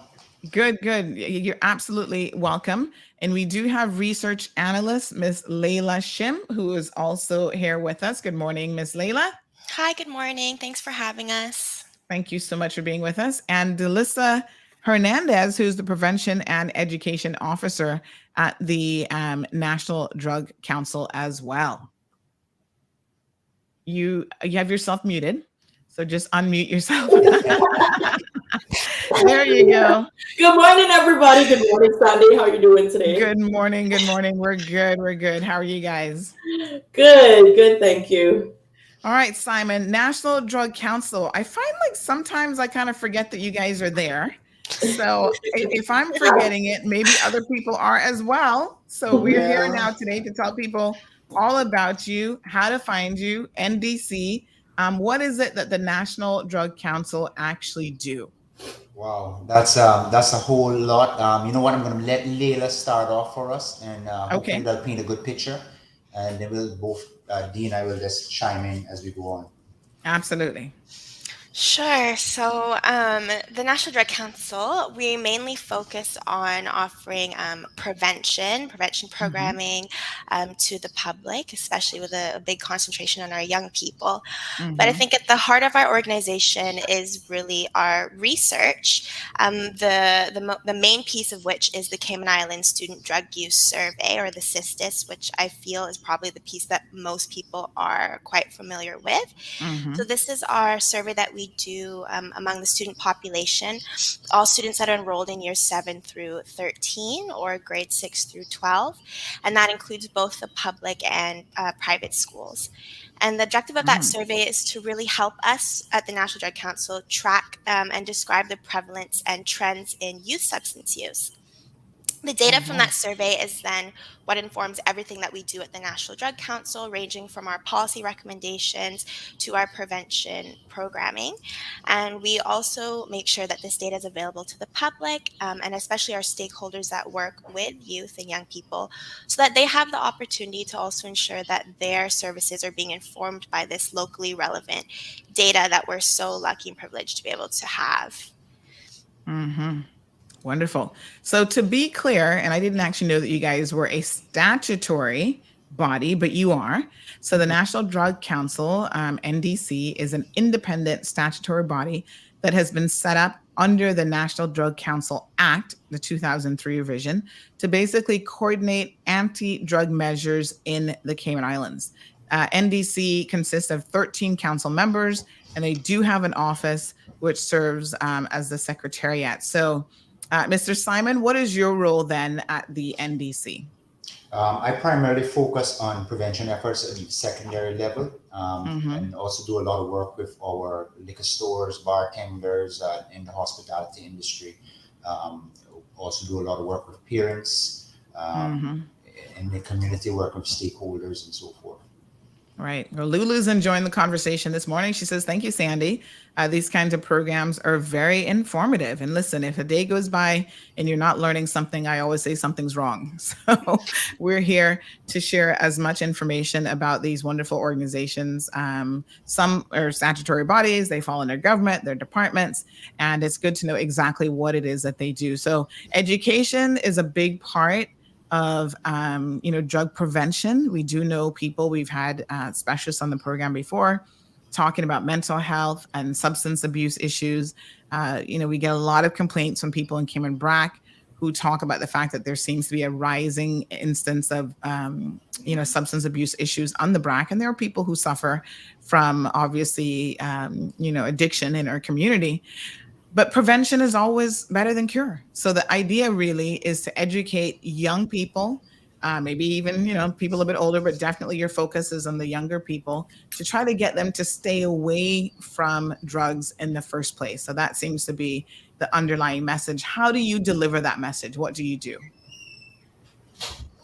Well, in several ways. We have several awareness campaigns that we offer. But some of the primary work that we do focuses on our programs. Our programs focus from primary all the way up to secondary. When most recently we have started to include some of our services to our preschools. Right. So our programs are 6 to 8 weeks. So we go into a school and we deliver that component. We make sure that the programs that we are offering are research informed. So they're evidence based, using local research. They're interactive. They're incorporated within the life skills curriculum in these schools. So we work very, very closely with our schools, public and private, across our islands, including the sister islands. Yeah, we also do a lot of work with parents as well as educators, youth workers, and such, to inform them on the various campaigns and sessions that we do have as well. So it's really important. We ensure that every person at all ages and all walks in their life is able to have the information, as well as able to interact with what services we have here at the National Drug Council. Right. So if a parent, for example, might have some concerns about their child, maybe they see them start to do stuff like vaping or little things that might on the surface be like an entry into, wanting to try certain things that can be very, very addictive. What would you recommend that they do as a first step to addressing those sorts of issues? Well, we do have a training program that Mr. Simon runs called Apparently Speaking, which is a workshop for parents to help them identify early warning signs and sort of give them the tools on how to respond. So, Mr. Simon, I'm sure you can dive into that a little bit more. One of the key, just to answer your question, Sandra, that you asked, one of the key things that we try to encourage parents to do is take time out to have that conversation. It can happen at any time. It could happen on a drive home, at the dinner table, watching a TV show. Have that conversation. And one of the things I find that we're not doing right today enough is listening. Listen to your child. Listen to your child. That would be a first step. And keep that door open of conversation. You can have a conversation at any point. I don't care what age the child is. You will know the age appropriate thing to talk to your child. And if you're having difficulties, like because you feel that this is a very difficult conversation to have, give us a call. We can get you a line with one of our parents speaking, so we can give you the sort of strategies and tools and how you can start to have that conversation with your child. Right. And Miss Sandy, a lot of the time as a community and a culture, I think it's really important to say that sometimes we listen to respond instead of listening to hear what the child or the individual is saying. Just pay attention to some key words as well. Maybe the child is probably actually reaching out and saying certain things like, I really need you to listen to me, or I really, sometimes you're not available, or you're too busy at work, or there are certain key words that the child would use that maybe we miss because we're actually focusing on whatever they said a sentence ago, and we're waiting for them to stop talking or to, plug in whatever it is that we have to say. So not that I'm trying to say that parents, how to parent their child, but it's really important for us to keep those things in mind. And sometimes too, maybe the parents, and Simon can correct me if I'm wrong, or the grown-up that's in charge of the student or the child should also, maybe make contact with the counselor at the school. The counselor at the school will also, contact us here at the National Drug Council, and we can take those different steps as well. Yeah. No, I mean, I agree with you, Delissa, because even as a parent, I mean, I've mentioned this before, even, from the time my daughter could speak, really, she would say to me, there would be times that, we're in the same space or whatever, and she would just say, "Oh, mommy, I need you." And it's like, okay, well, what you ask, like, what do you need from me? And she's like, "No, I just need you." So this is a way that children might express, that they just want you to sit down with them. They want you to play dolly with them or whatever. It's about the time. It's not that they necessarily need food or have any other needs. They just need to spend some quality time with you. And, if they say something like, "I need you," try to listen to that as parents, because of course I know that we're all busy. Even during the pandemic, a lot of us, had to resort to working from home, and we were trying to share that space, and your kids would see you home all the time. But if you're on the computer, doing your work, you're not necessarily, although you might be in the same space, you're not necessarily spending that time with them, which is a very different situation. So I think that that's one of the best preventative measures, is really to know your child and to spend as much quality time with your child as possible, and making sure that the lines of communication are always open. And so they know that they can talk to you about things. You're asking them probative questions about what's happening in their day. Certainly finding out and knowing exactly who their friends are and what activities they're involved in as well. Right. Don't just turn the TV on or the monitor on or the social media on and expect for that to teach the child to be there. They value what you have to say as a parent more than they value, anything else that's out there. And what you say is, for lack of better words, Bible. It's the law, more or less. Yeah. And for sure, the younger they are, the truer that is. As they get to be a little bit older, obviously peer influences might have more of an impact. But I think if you have that good foundation already there, it's much easier to continue to build on that relationship. So Selvin says the faces of those in the NDC are inspiring, and so is the work that they do. Damien asking a question says, does listening to Bob Marley count as a sign or Nirvana? First of all, Damien, I think you're dated, and probably no kids are listening to that kind of music anymore. So I don't believe, no, honey child, that is not what they're listening to. They're listening to hardcore dance hall music that is definitely influencing their behaviors. But Damien brought up a very good point, Sandra. And that's some of the things. You need to understand where the interest of your child lies. The music they listen to, what TV shows, what apps they go on, what games they're playing. That's an easy way to have a conversation with them. Yes. So just don't be hands off. So. Yeah, for sure. It's like, remember when last year when this guy Intense came and he went to John Gray High School and all the kids were like, oh my God. And everybody like me and my age were like, who's Intense? I don't even know who this guy is. I've never seen him before. But again, as parents, you have to be cognizant of what your kids are doing, what they're listening to, what their friends are engaged in, and that type of behavior as well. The saying is, show me your friends and I'll show you who you are. So I think that parents have to understand the impact that one's peers at any age really can definitely have on an individual, but especially during those sort of formative teen years as well. So 936-2626, folks, is the telephone number if you have a question or comment for the guest this morning, which at this time is the National Drug Council. We do have a really neat event coming up in November, Sandra, for families as well as teachers and educators, rather. The primary school and the preschool level is called Healthy Body, Healthy Minds. And like I said, it's focused on families who have children in preschools as well as primary schools, homeschoolers as well, if anyone's listening out.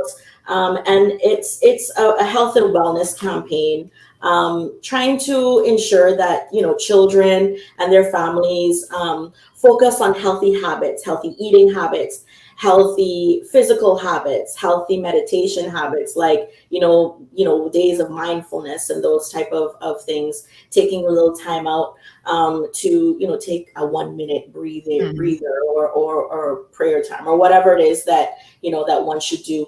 We have a website that we'll be launching comes November 1st. There is an opportunity for families also to be able to spend one-on-one time with their child while making a very delicious, healthy meal or snack.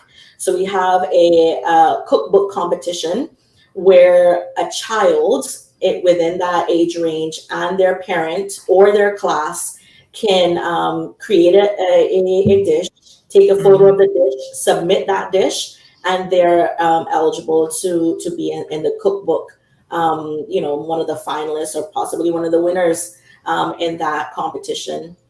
With this campaign, we do have Life Options, who is a partner, as well as K-Man Nutrition, and of course, Youth Services Unit, and most definitely our minister, Miss Sabrina Turner. So, there is this option for parents and teachers to take advantage of. It's all virtual, so there's no need for, anyone to come in and, interrupt your day. It'll take 5 minutes of activities. We have a full calendar of activities. Kids and families can do anything from, possibly doing Zumba together, try to warm those muscles and bones up in the morning. Sometimes your child wants to work out with you and you're like, I have to get to the gym. Well, you can do a 5-minute workout, and you'll have healthy dishes locally made by children as well in this campaign. So it's going to be running the month of November.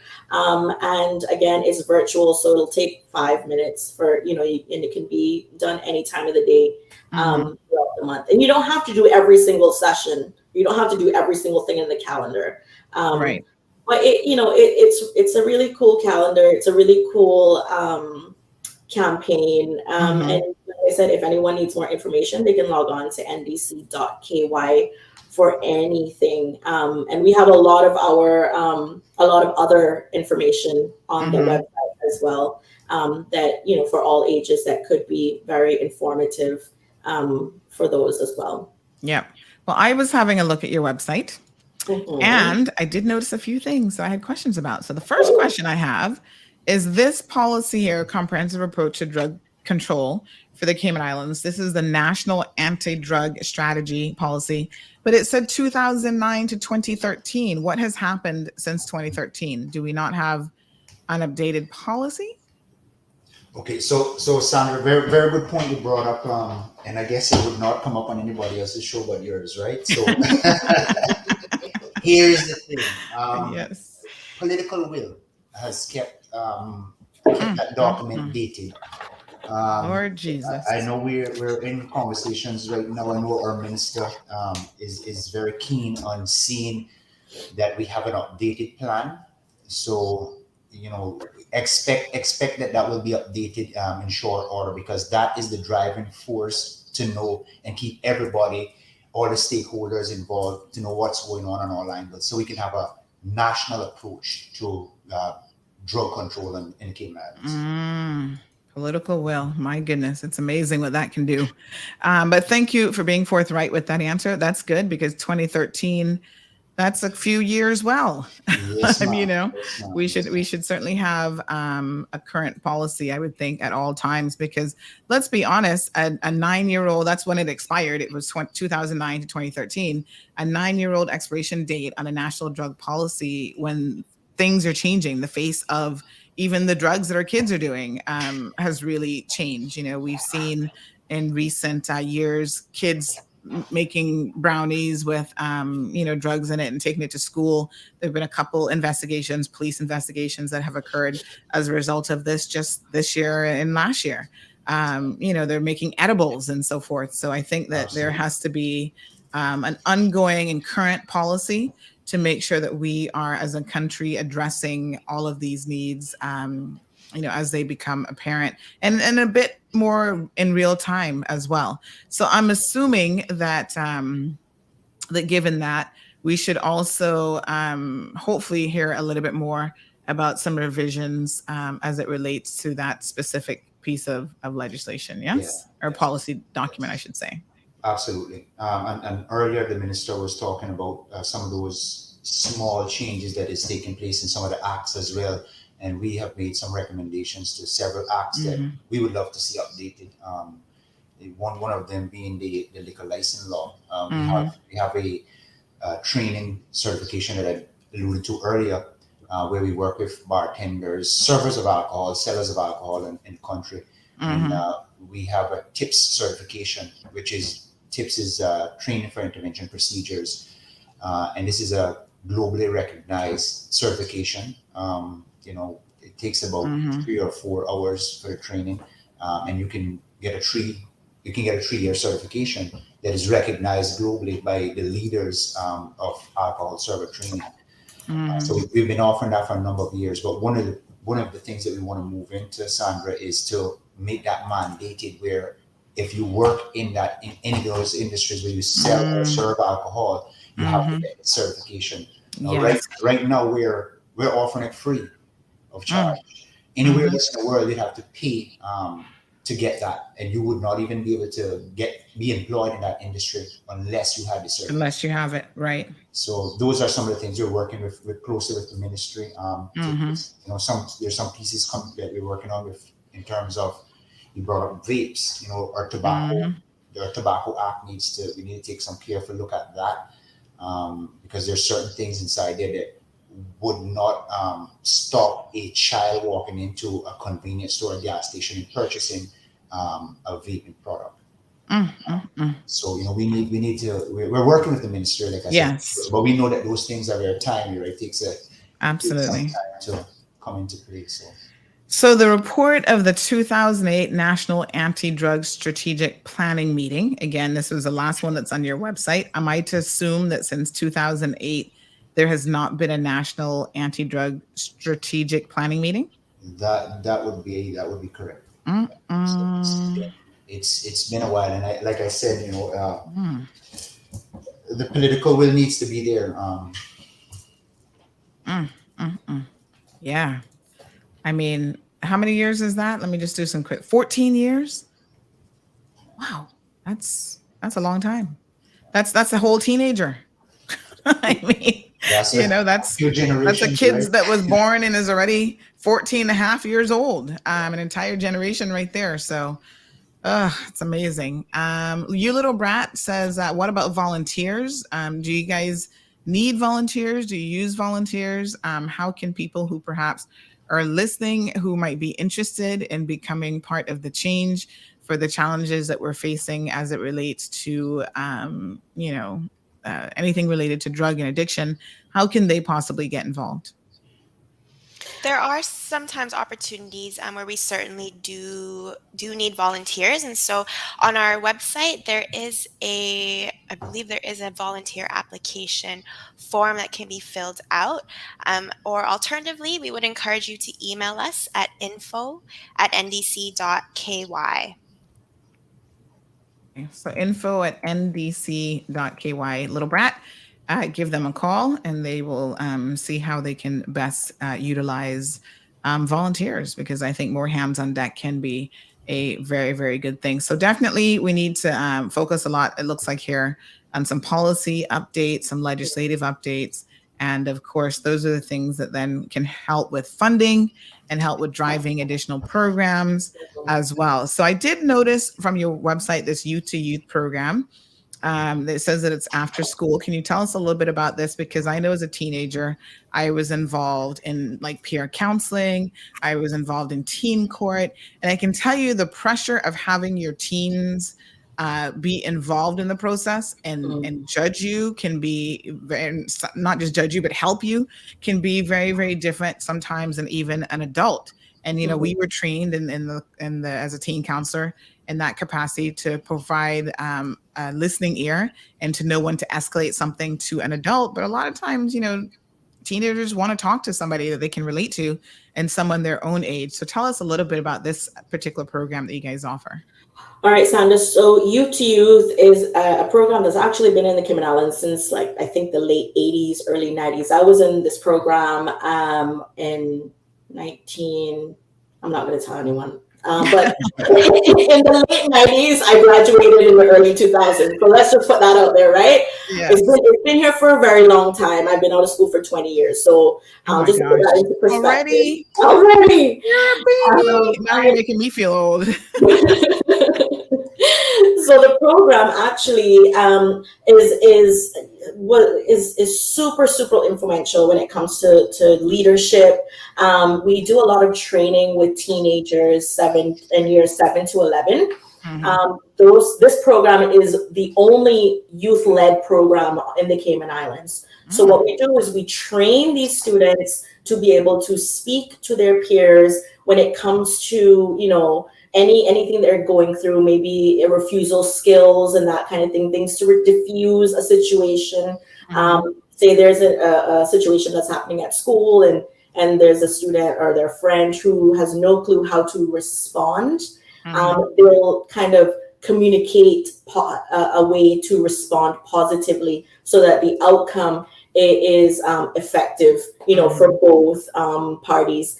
We also teach them or educate them rather on the dangers of drugs and the misuse of drugs and alcohol as well.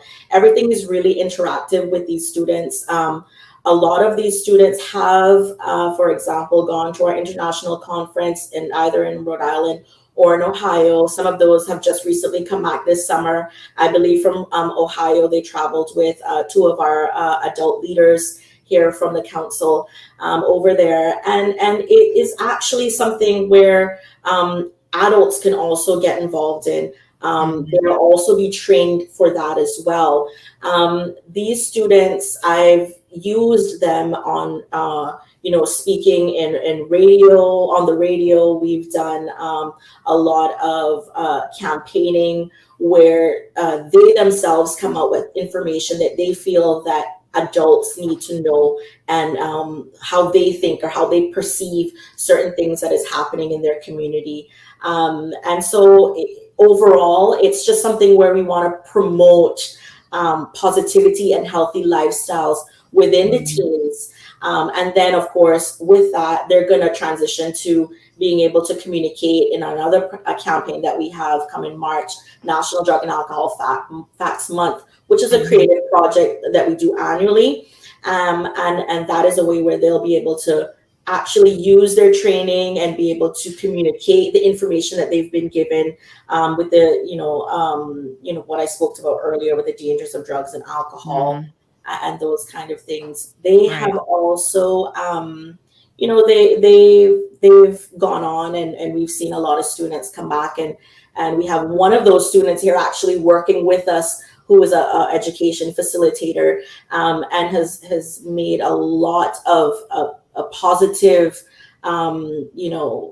effects within the teens in the community. However, with that being said, we don't just focus on teenagers, right? We just recently launched a program about a year ago in the primary schools where we train year 6 students on being able to also be a leader. So what we'll do is they will have a week where there's one of the students who is the young leader for the session, and the session can last anywhere between 45 minutes to an hour.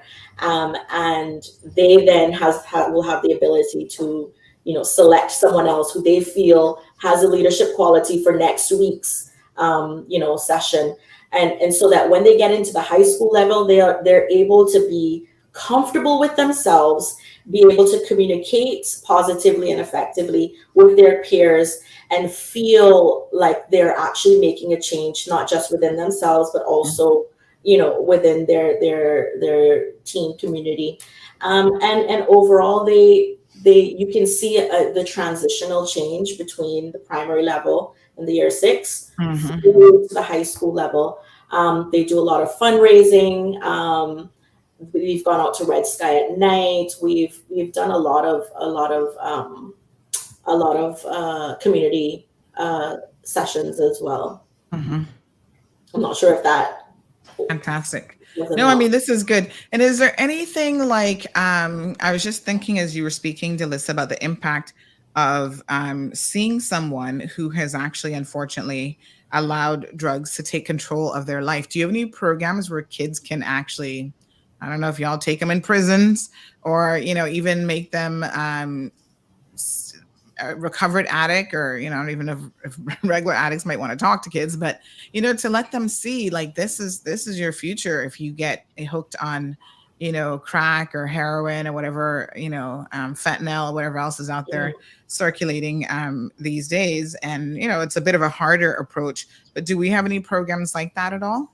Well, with the Youth, we do actually have some guest speakers who will, be available or have been available to have those conversations.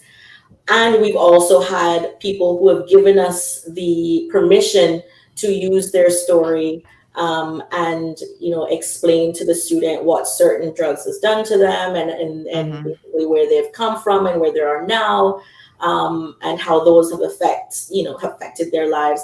Students today, as you said earlier, they are so, for the lack of better words, inquisitive, and you cannot, the fear of don't do drugs or don't do this or don't do that, or these things are going to happen.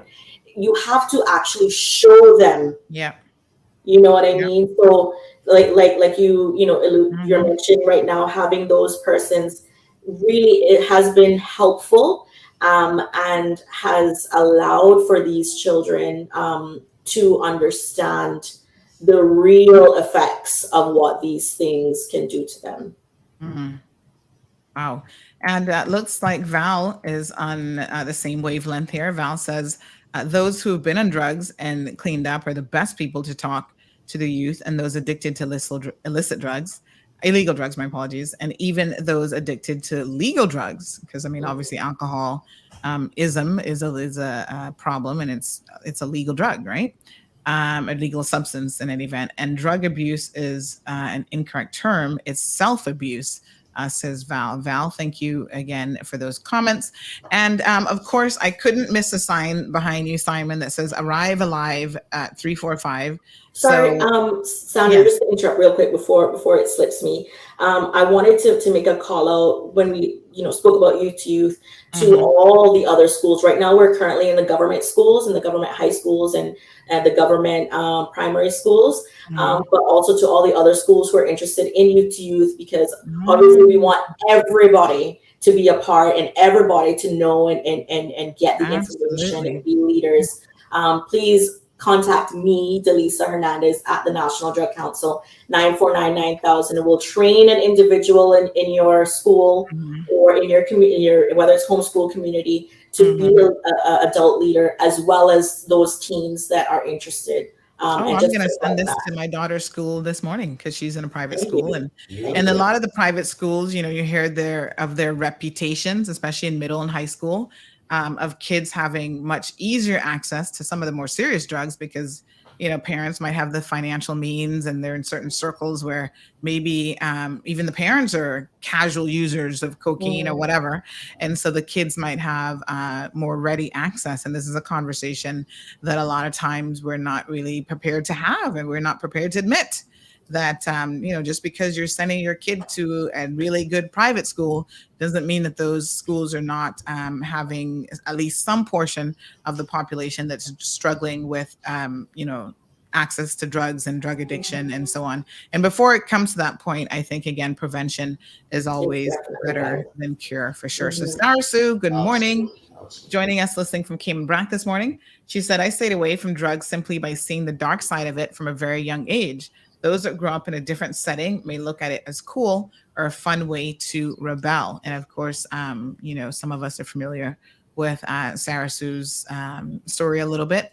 Having a close family member who was and is still an addict can definitely have an impact on how you see drugs. And I think that, for people who see how destructive it is, you want to try to stay away from it. Sometimes you just need the tools to be able to do so, and to make sure that if you are having, mental health issues or any other stresses in life that might be forcing you in the direction of using, drugs, that you get the other help so that you don't have to turn to that instead.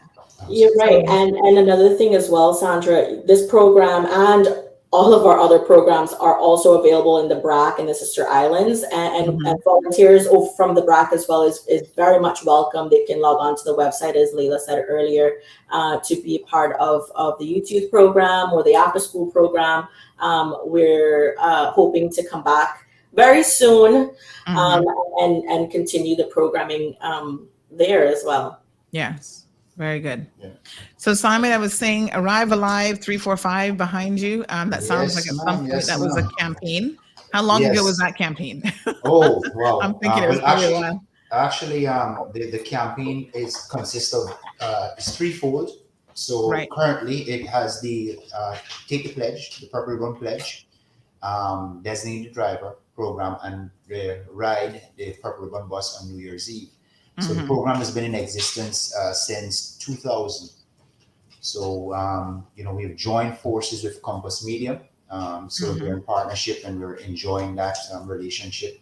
So we come together and we've branded it Arrive Alive 345. So that kicks off in mid-November. You'll start seeing the signs up all over the place. You'll start getting out your social media messages. And we just really want to encourage people, that there's no reason for you to, go out there and be under the influence and get behind the wheel of the car.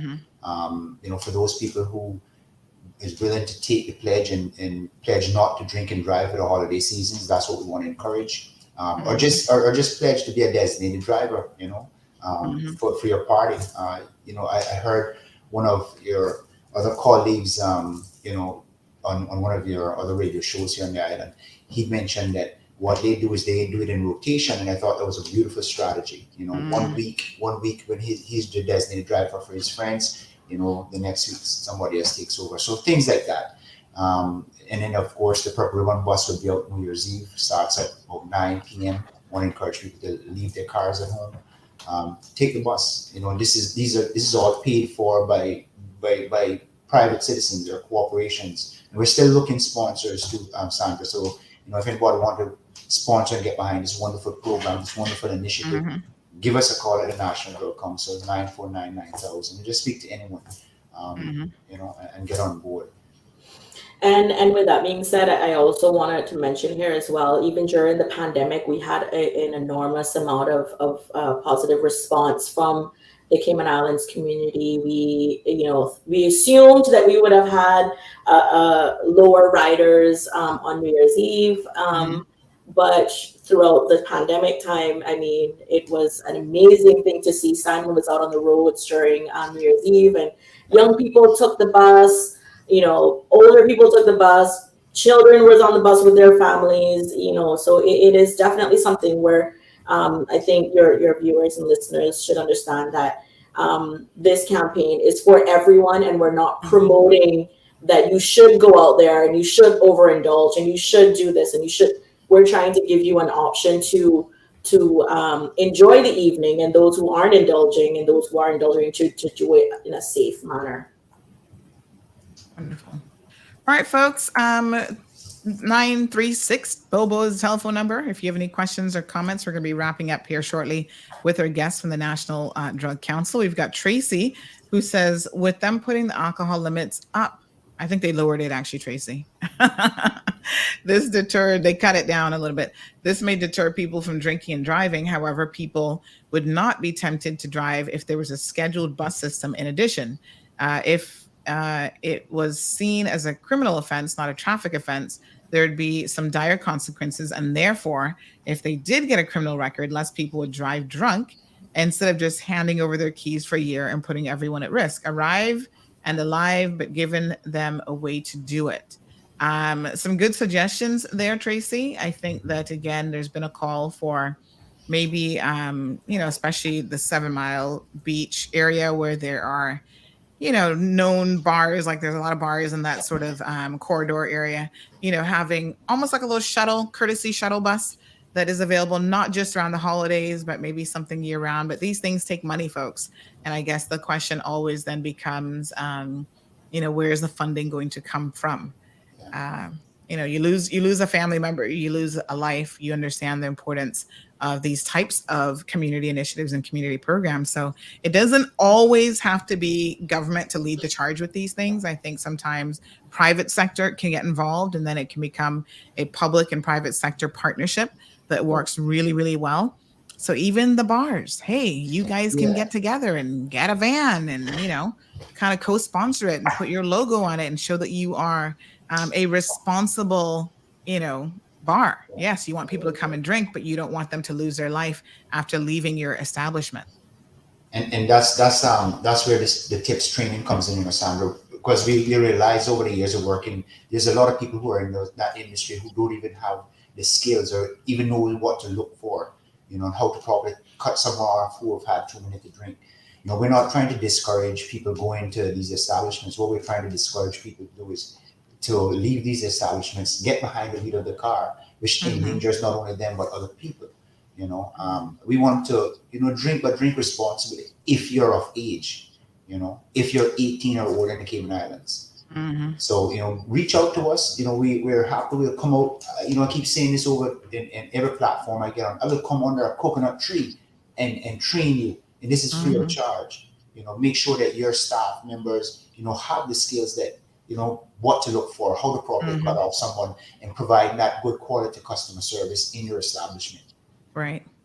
And we haven't had a chance to delve into the new legislation, but I think that there was going to be a component almost like that now built in to the legislation as well. It wasn't just about cutting the alcohol limit, but there was more involved in, kind of holding these establishments a little bit responsible for their serving of alcohol to people who they can obviously see have had, 5 too many already, sort of thing. So Damien says less than 2 drinks is now considered over the limit. Well, drink at home. And then you don't have to worry about driving anywhere or take a taxi. So yes, Damien, unfortunately, even when people are sober, they're some of the worst drivers on this island. So I think that the approach is one that, you know what, we need to start tightening things up a little bit in order to save lives. I think we've had some 13 deaths already this year on our roadway, motor vehicle related, and that's unacceptable for an island this small. Trust me. Absolutely. All right, folks. So representatives from the National Drug Council, we had the prevention specialist, Mr. Simon Miller. We had Layla Shim, who's a research analyst, and the prevention and education officer, Ms. Delissa Hernandez, joining us this morning. Do check out their website, ndc.ky. They're also located in Caymanian Village, units number 17 and 18. I'm sure you can go by and get material from them. You can find out more about their educational programs. They do have quite a bit of information on the website, policy, the programs that they have, the annual campaigns, the research that they do as well. Incredibly useful information for parents, for teens, for other people in the community, people who own bars and restaurants. Make sure that you get this free available training that they have on tap, and also to our policymakers, the Legislative Assembly, Parliament, as they're now called. We are expecting you guys to get on top of things and get on board as well, because when we see, policies and, just outdated information 15 years ago, haven't had a council, meeting in 22 years or what, it's like, come on, this is unacceptable. So political arm, you guys get it together as well. We look forward to hearing more from the National Drug Council and all the wonderful work that they're doing over there. Thank you guys so much. Thank you. Thank you so much for having us on. Have a wonderful day. All right, you too. So folks, it is Friday. Happy Friday. Sarah Sue says, thank you for all that you do. Happy to see more discussions on this topic.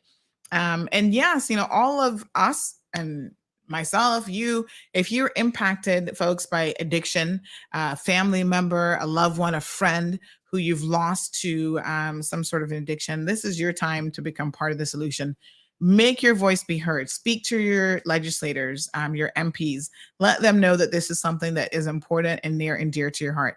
It is heartbreaking to see some of the most talented people on this island who, you hear people reminisce about, oh, they were so smart in school and they had so many passes and this and that. And now, they're in their 30s or 40s and they're walking around as an alcoholic on the streets of the Cayman Islands. They're walking around strung out on, heroin or crack or whatever it is that they're mixing. They have no teeth in their 40s because, unfortunately, they've allowed, drug addiction to get a hold of their life. And there has been no coming back from that. That's incredibly sad. And for, again, our community, nobody wants that. We all should be celebrating positive things in our lives, living our best possible lives.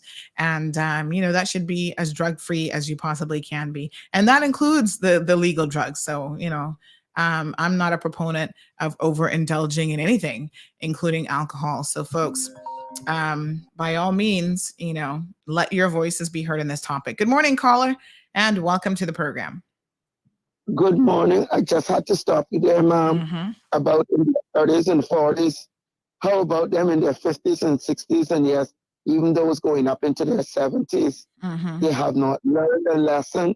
Yes. And I wouldn't say they can't learn a lesson, but the addiction, which is control, the body controlling you, has taken them over so much. And I don't know whether it's lack of courage to face the disease or lack of courage to face the community.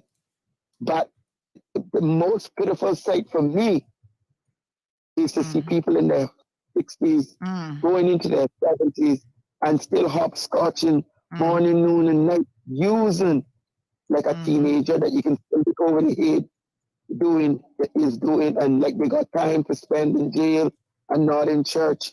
So, again, the young ones in their 40s and 50s, above that is the most troubling. So, and as usual, I hope Simon is listening. I thank Grandfather Simon because he's a grandfather to us all. What a blessed young man. what a blessed young man. It just makes my heart feel good to know that a young person took this way in life and spent time and dime. I don't know if the young man sleeps. I don't know. You can call him anytime day or night.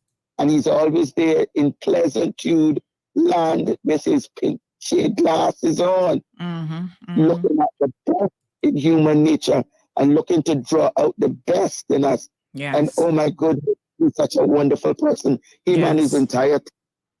But the 40s and 50s, absolutely. I can handle them somehow. But when you get up to my age, yes. Well, yes, I it breaks appreciate my that. heart.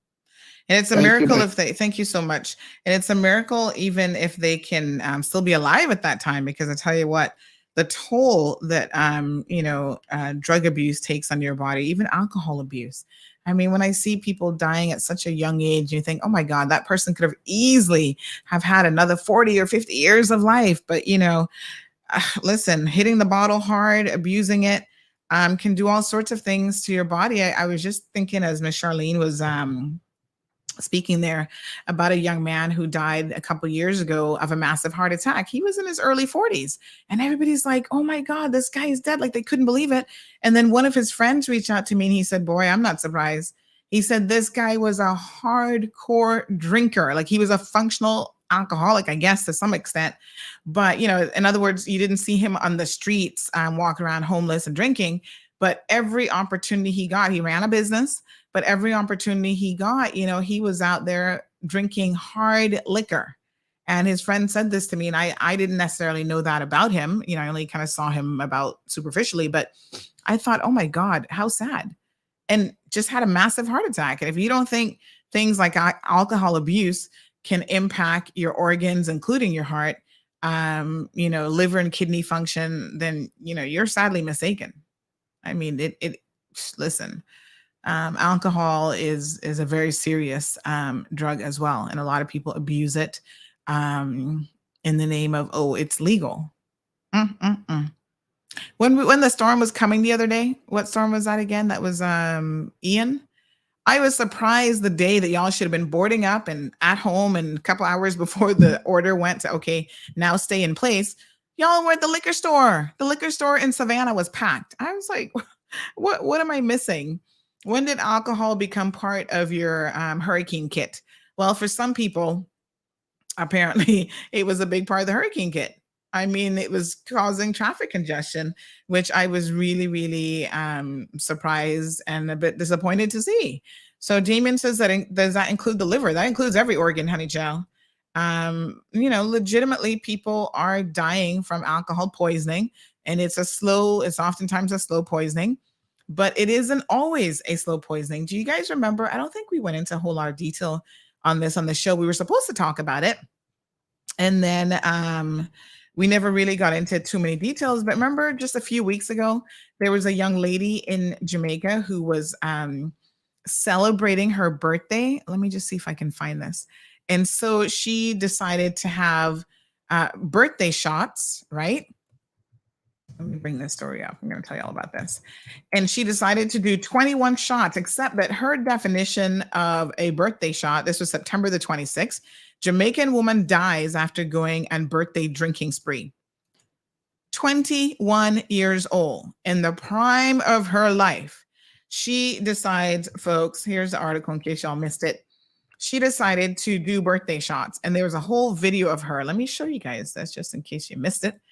Of her doing shots for her birthday. And shockingly, this was not a good idea. Look at this YouTube video. This is her. It says this video contains content that some viewers may find disturbing. Yes, my dear honey child. So this is her. And that's not a shot glass. And I think that was part of the problem. Big up to life. Poor thing. Hear her talking about big up to life, not knowing that she would soon be dead because of her overconsumption.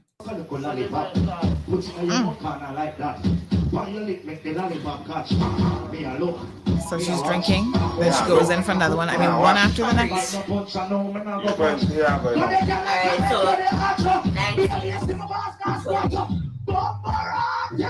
Like, oh my God. Folks, and of course, friends encouraging her. She has to take a little break. Look, she's sweating profusely. Anyone? One this. Oh my gosh. Anyone? Now look at that. I wonder where those friends are now. Big up that flower, yeah? Big up everybody, you know? Half a cup. That is not a shot glass. Look at that. Half cup of hard liquor. Look, and look how quick she drinks it like it's water. Oh my God. So sad. Dead at 21 after celebrating her birthday, St. Catherine woman, because she was drinking the equivalent of, I don't even know how much alcohol that is. But folks, alcohol poisoning is a real thing. Don't mess around with this. And those were not shot glasses. That was like half a cup of what was she drinking? Little Brat says, tell me your number to call in. 936 Bobo 936-2626. I mean, this is just so sad. And the people who were there encouraging her to drink, you think that I wonder if, did they go to the funeral, you think? Do you think they were there to console her mother and her siblings and to hold their hands and say, oh, I'm so sorry. I shouldn't have been encouraging her to drink like that. The quantity in each cup appeared to be far more than a shot of drink. Of course it was. Being cheered on by persons present in this bar. What was she drinking? What kind of rum was she drinking? Ray and Nephew White Overproof Rum and Jamaican Culture. Oh my Lord. That's what she was drinking? What a mess. Unbelievable. It's not just underage people that should be cautious, folks. At any age, you can certainly have alcohol poisoning. Oh, poor her. Good morning, caller. Hello. Uh-oh. Seems we're on hold. Caller? Hello. Yes, ma'am. Yes, ma'am. Comment from me. If the poor misguided child did not die, you might be airing her story as having been assaulted sexually, because you know, I think that when you hear people going on like that, and I heard voices in the background, that is part of the plan. Get her drunk, And get her take advantage stupid, of her. Yes. and take advantage of the situation and circumstances. Thank you. Yes, my dear. Wow. Good point. When you lose control in situations like this, the people who are oftentimes around you, who are supportive of you becoming inebriated, have other intentions. Yes. Damien says that was like 6 to 7 ounces. Oh my God. I don't know how much half a cup is of that cup, but that's a lot of straight liquor like that. Good morning, caller. Welcome to the program. Good morning, Sandra. How are you? Not bad, dear. How you doing? I'm good. My name's Emma. Hi, Emma. And I am a recovering addict and alcoholic. Oh. On March the 18th, I'll be 8 years clean. I lived with addiction most of my life, majority of my life, you know, and it was a real struggle. And I was able to find help through reaching out to the people at Caribbean Haven. And I spent a couple of months there. I was there for 3 months. And it gave me a really good foundation for my recovery. But there was other programs that I should have been attending, and after a while, you know, I got to the place where I just thought I didn't need these people. I can beat this addiction by myself. Of course, that led to after 5.5 years, I relapsed, and I after relapsing, you know, it was really hard because the shame and the remorse and the guilt and all that crap that I had to deal with, it was hard for me then to reach out to someone for help. But I knew where the help was, and I prayed about it a lot, and I found the courage. I reached out, and I got help again. And like I said, today I'm almost 8 years clean. Congratulations. I work in rehabilitation. I work in rehabilitation, and so I can totally relate to the addicts and the battle that they fight. You know, but there is help. There is help. I work with the Bridge Foundation. We're transitional homes. Yes. And you know, Carbon Haven, the NDC, the counseling center, the transitional homes. We're all here to help people that need help. So, you know, it's not like the help is not available to these people, but it's there for everybody that wants it, that needs it, but not everybody wants it, you know. And you have to want a lifestyle change and be serious about it in order to beat any addiction you're facing. And I sent you a message this morning, you know, earlier about sugar being one of the biggest addictions, and you know, and even sugar I've quit because I want to live a different lifestyle. I want to be healthy. I want my body to be clean and stuff like that. But I just want people out there to know that help is available. You know, if you want help, there's people in Kema. There's help right here in Kema, and you don't have, and there's nothing to be ashamed of. Changing your life to become a better person. There's no reason you should be ashamed of that. You know, your past made you who you are. Yes, your past did make you who you are, but you can become the person that you should be. Absolutely. Well, thank you so much. I really appreciate you calling in and sharing a little bit of your story, because I think that, you know, through these stories, that's how people, especially our young people, can hopefully learn that there's really no good in addictions. I mean, you know, nothing good ever comes of it. And it's always better to not start down that path. And people are congratulating you. Gabby says, well done, caller, keep it up. Ms. Brenda says, congratulations, caller, on keep up your sobriety. And I'm sure every day you have to take it one day at a time. But again, congratulations for being sober now for some 8 years. Thanks, Sonny. Just wanted to let those people out there know that there is help if they want it. Yes. Appreciate it, my dear. All right. Have a nice Thank day. you. You too. All right. Bye-bye. So yeah, I mean, I think this is fantastic. And we've seen some epic examples of people who have really been bad. They've hit it hard and they have come back from the brink of death, and they've cleaned up, they've gotten sober.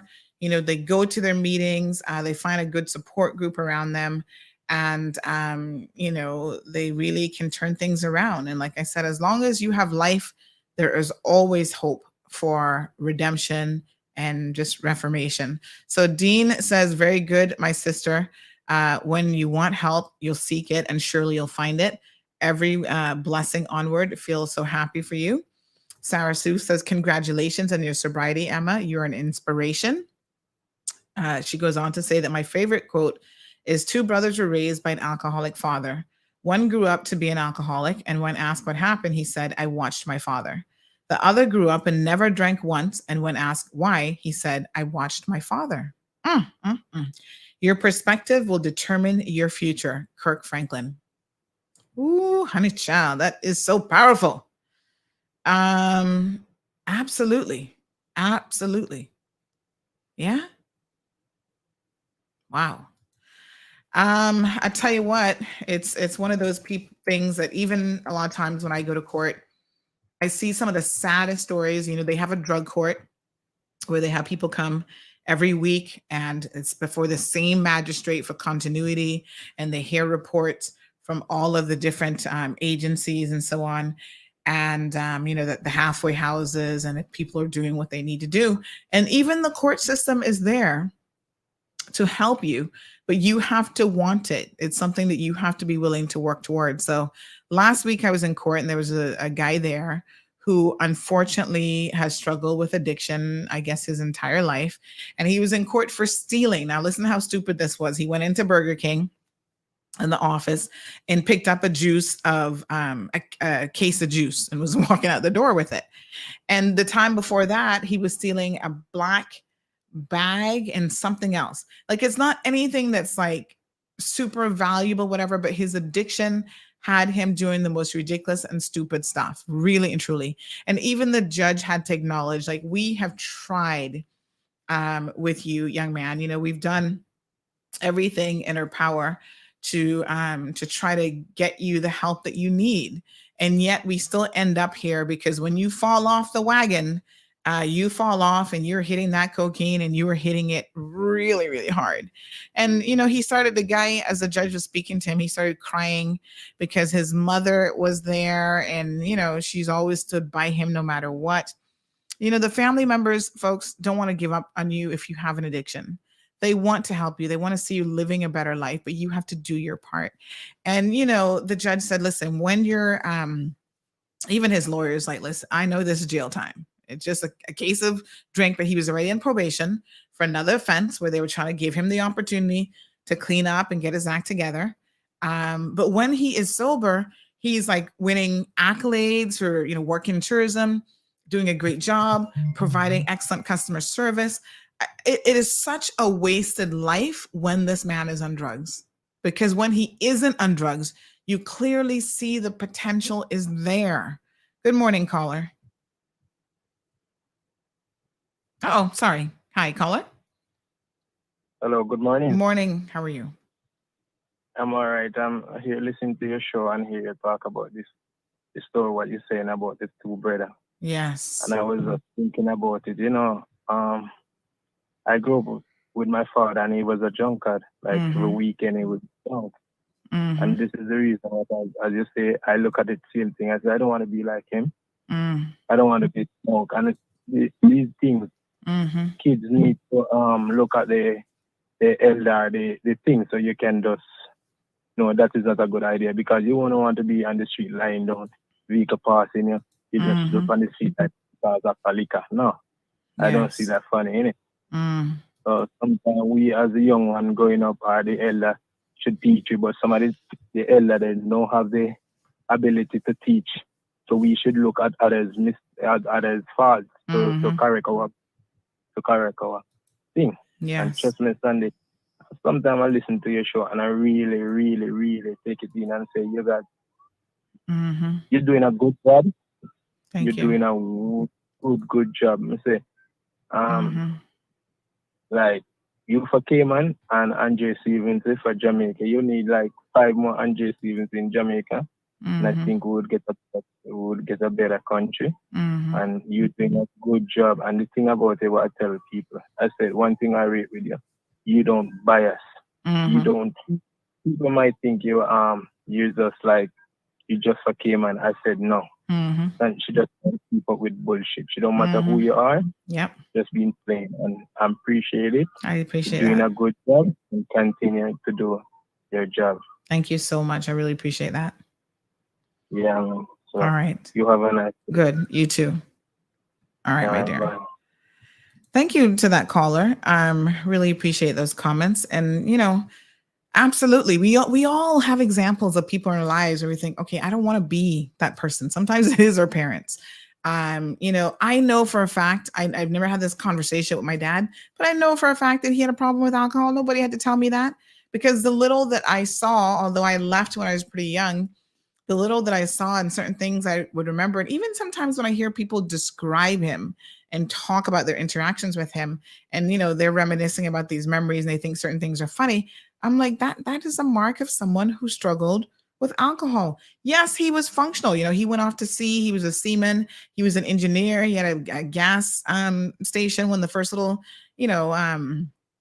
car service stations here came out, and he did stuff. But imagine how much more he could have done if he wasn't slowed down by this addiction, even if it was just a weekend addiction. Because some people, child, they can work during the week and they don't touch it, and then on weekends they lose complete control, and it's just so incredibly sad. I want to leave you guys. There's a little video here from Jay Shetty. I'm going to play this for you. And of course, I want you guys to please have a safe weekend. Miss Sarah Sue says a lot of times addicts will commit petty crimes in order to be sent to jail so that they can clean up for a little bit, have a place to sleep and food to eat, and they're not a burden to anyone. And then they're able to do that for a while, and then they fall right back in. But listen to this amazing video from Jay Shetty. And I don't know who this gentleman is that he's talking about, but this is so amazing and something that really resonates, I think, with all of us as a bit of positivity heading into the weekend. Changes the heartbeat that you're having and puts it in a better state that shows that your body is in a healthy mode. Compassion is not something you do for other people. That's a great side effect. Compassion is something you do for yourself. It changes the way you function and show up in the world. So there's a lot of science right now on compassion practices that derive from Zen Roshi Buddhism or even from the HeartMath Institute. For example, the HeartMath Institute found that if you just close your eyes and you see the face of someone you love, you see their eyes, you see their nose, you feel that love for them, you feel it in your heart area, it changes your heart resonance. And your heart resonance is a biomarker of health.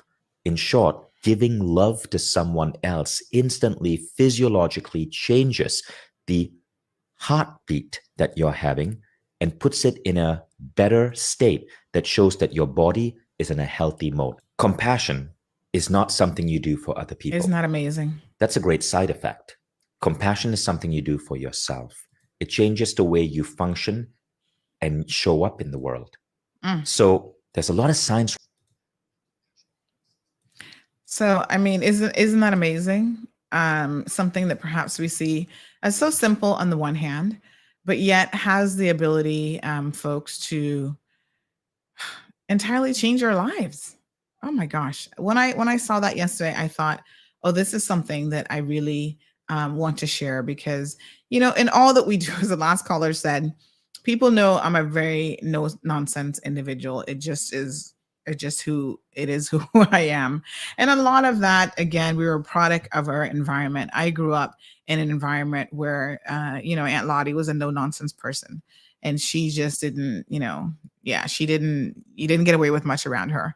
But at the same time, I have recognized that that is not the way to be all the time, that we also need to temper that with some compassion. And even when you hear me going really, really hard at someone, know that at the core of that, I am actually very, very compassionate about their situation, even when they themselves are making really poor decisions, right? I understand sometimes why people make poor decisions, but I also understand that without consequences in our lives, we will continue to make those poor decisions without people holding us accountable.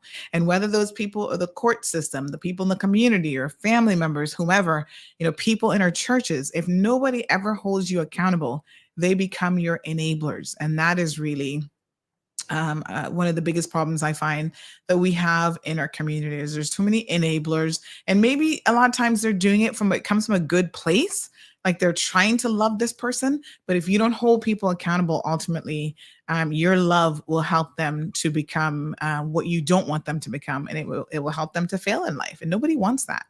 So, folks, we're going to cue up the news here now from Kevin Watler, and I do wish you guys a safe and wonderful weekend. I'm so glad to be COVID free. I need to get out and about on the roads this morning. I do have the young man who won the prize on Monday's show, so I need to link him with all of his prize and his goodies that he won. So I'm going to try to see if I can get him sorted out today. So for the first time in over a week, I will actually be out on the road. So thank you to Ms. Dean. Thank you to Sarah Sue. Miss Brenda was here this morning. Gabby. Jonathan is pretty much always here. Damien, you little brat, everybody that called into the program. And of course, Miss Emma, who called with such positivity about how there is hope after addiction, you know, I think is a message for all of us. So thank you guys again for that. Really appreciate and love you guys so much for all of your continued support. Have a safe and wonderful weekend.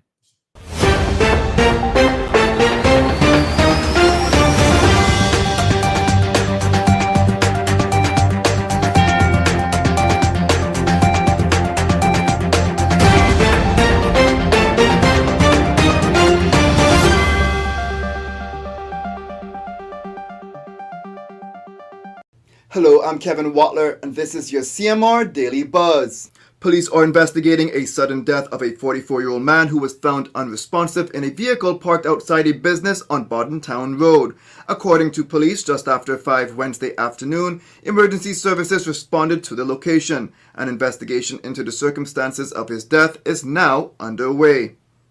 In recent days, the Cayman Islands Government Cybersecurity Office and the Royal Cayman Islands Police Service Digital Forensics Hub have seen an upturn in phishing emails, often referred to as scam or fake emails, being reported. This has led to them warning businesses to ensure that their staff are aware of this increased threat level so that everyone can remain vigilant. The public is being encouraged to participate in activities commemorating Older Persons Month, which is being observed in the Cayman Islands throughout the month of October. The UN General Assembly designated October 1st as the International Day of Older Persons. However, the ministry responsible for social development through its Department of Children and Family Services has gone one step further by organizing an annual month-long celebration in October called Older Persons Month. CUC recently hosted a graduation ceremony to recognize and celebrate the achievements of 20 employees who successfully completed certificates in leadership management. CUC's president and CEO Richard Hughes said he cannot emphasize too greatly the importance of having effective leadership at all levels throughout the company to develop and grow his employees individually and to inspire their focus and alignment with the goals of the company.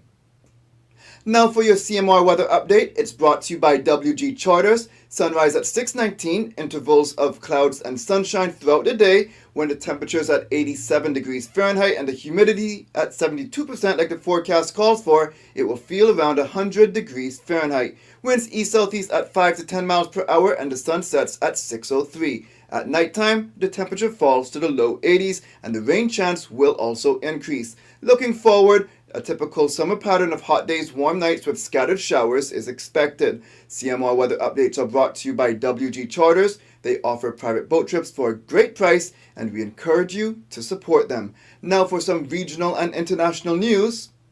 Tropical Storm Coral continues to threaten a Mexican coastline in the Gulf of Mexico. Heavy rainfall from the storm will produce flash flooding along with mudslides in areas such as Veracruz and the Tabasco states in Mexico. Landfall is expected by late Friday. Jamaica's Prime Minister Andrew Holness says a comprehensive investigation will be undertaken to combat the illegal sale of lands in sections across the island. He was speaking in the House of Representatives on Tuesday. Holness shared that the major organized crime and anti-corruption agency and the Jamaica Constabulary Force have been tasked with investigating these scams and apprehending all those involved, some of whom are well known and have political ties. Former Jamaican Police Constable Noel Maitland, who is charged with the murder of his girlfriend, 24-year-old Donnelly Donaldson, was denied bail when he appeared in the Home Circuit Court Thursday morning. According to the judge, there are substantial grounds to believe that if Maitland is released, he will fail to surrender to custody and will interfere with the administration of justice. That's it for now on the Daily Buzz. Thank you for joining me. Please stay safe and God bless.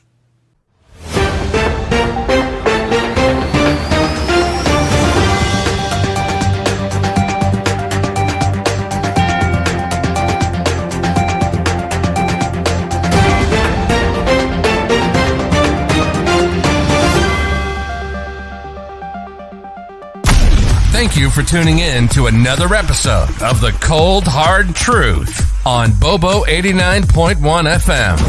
Cayman's #1 talk show is live weekdays from 7:30 a.m. Never miss an episode again. Watch anytime on CMR's Facebook and YouTube channels for the latest show episodes. Don't forget to follow us online on our social media channels. And visit CaymanMarlRoad.com for all the latest news and community happenings.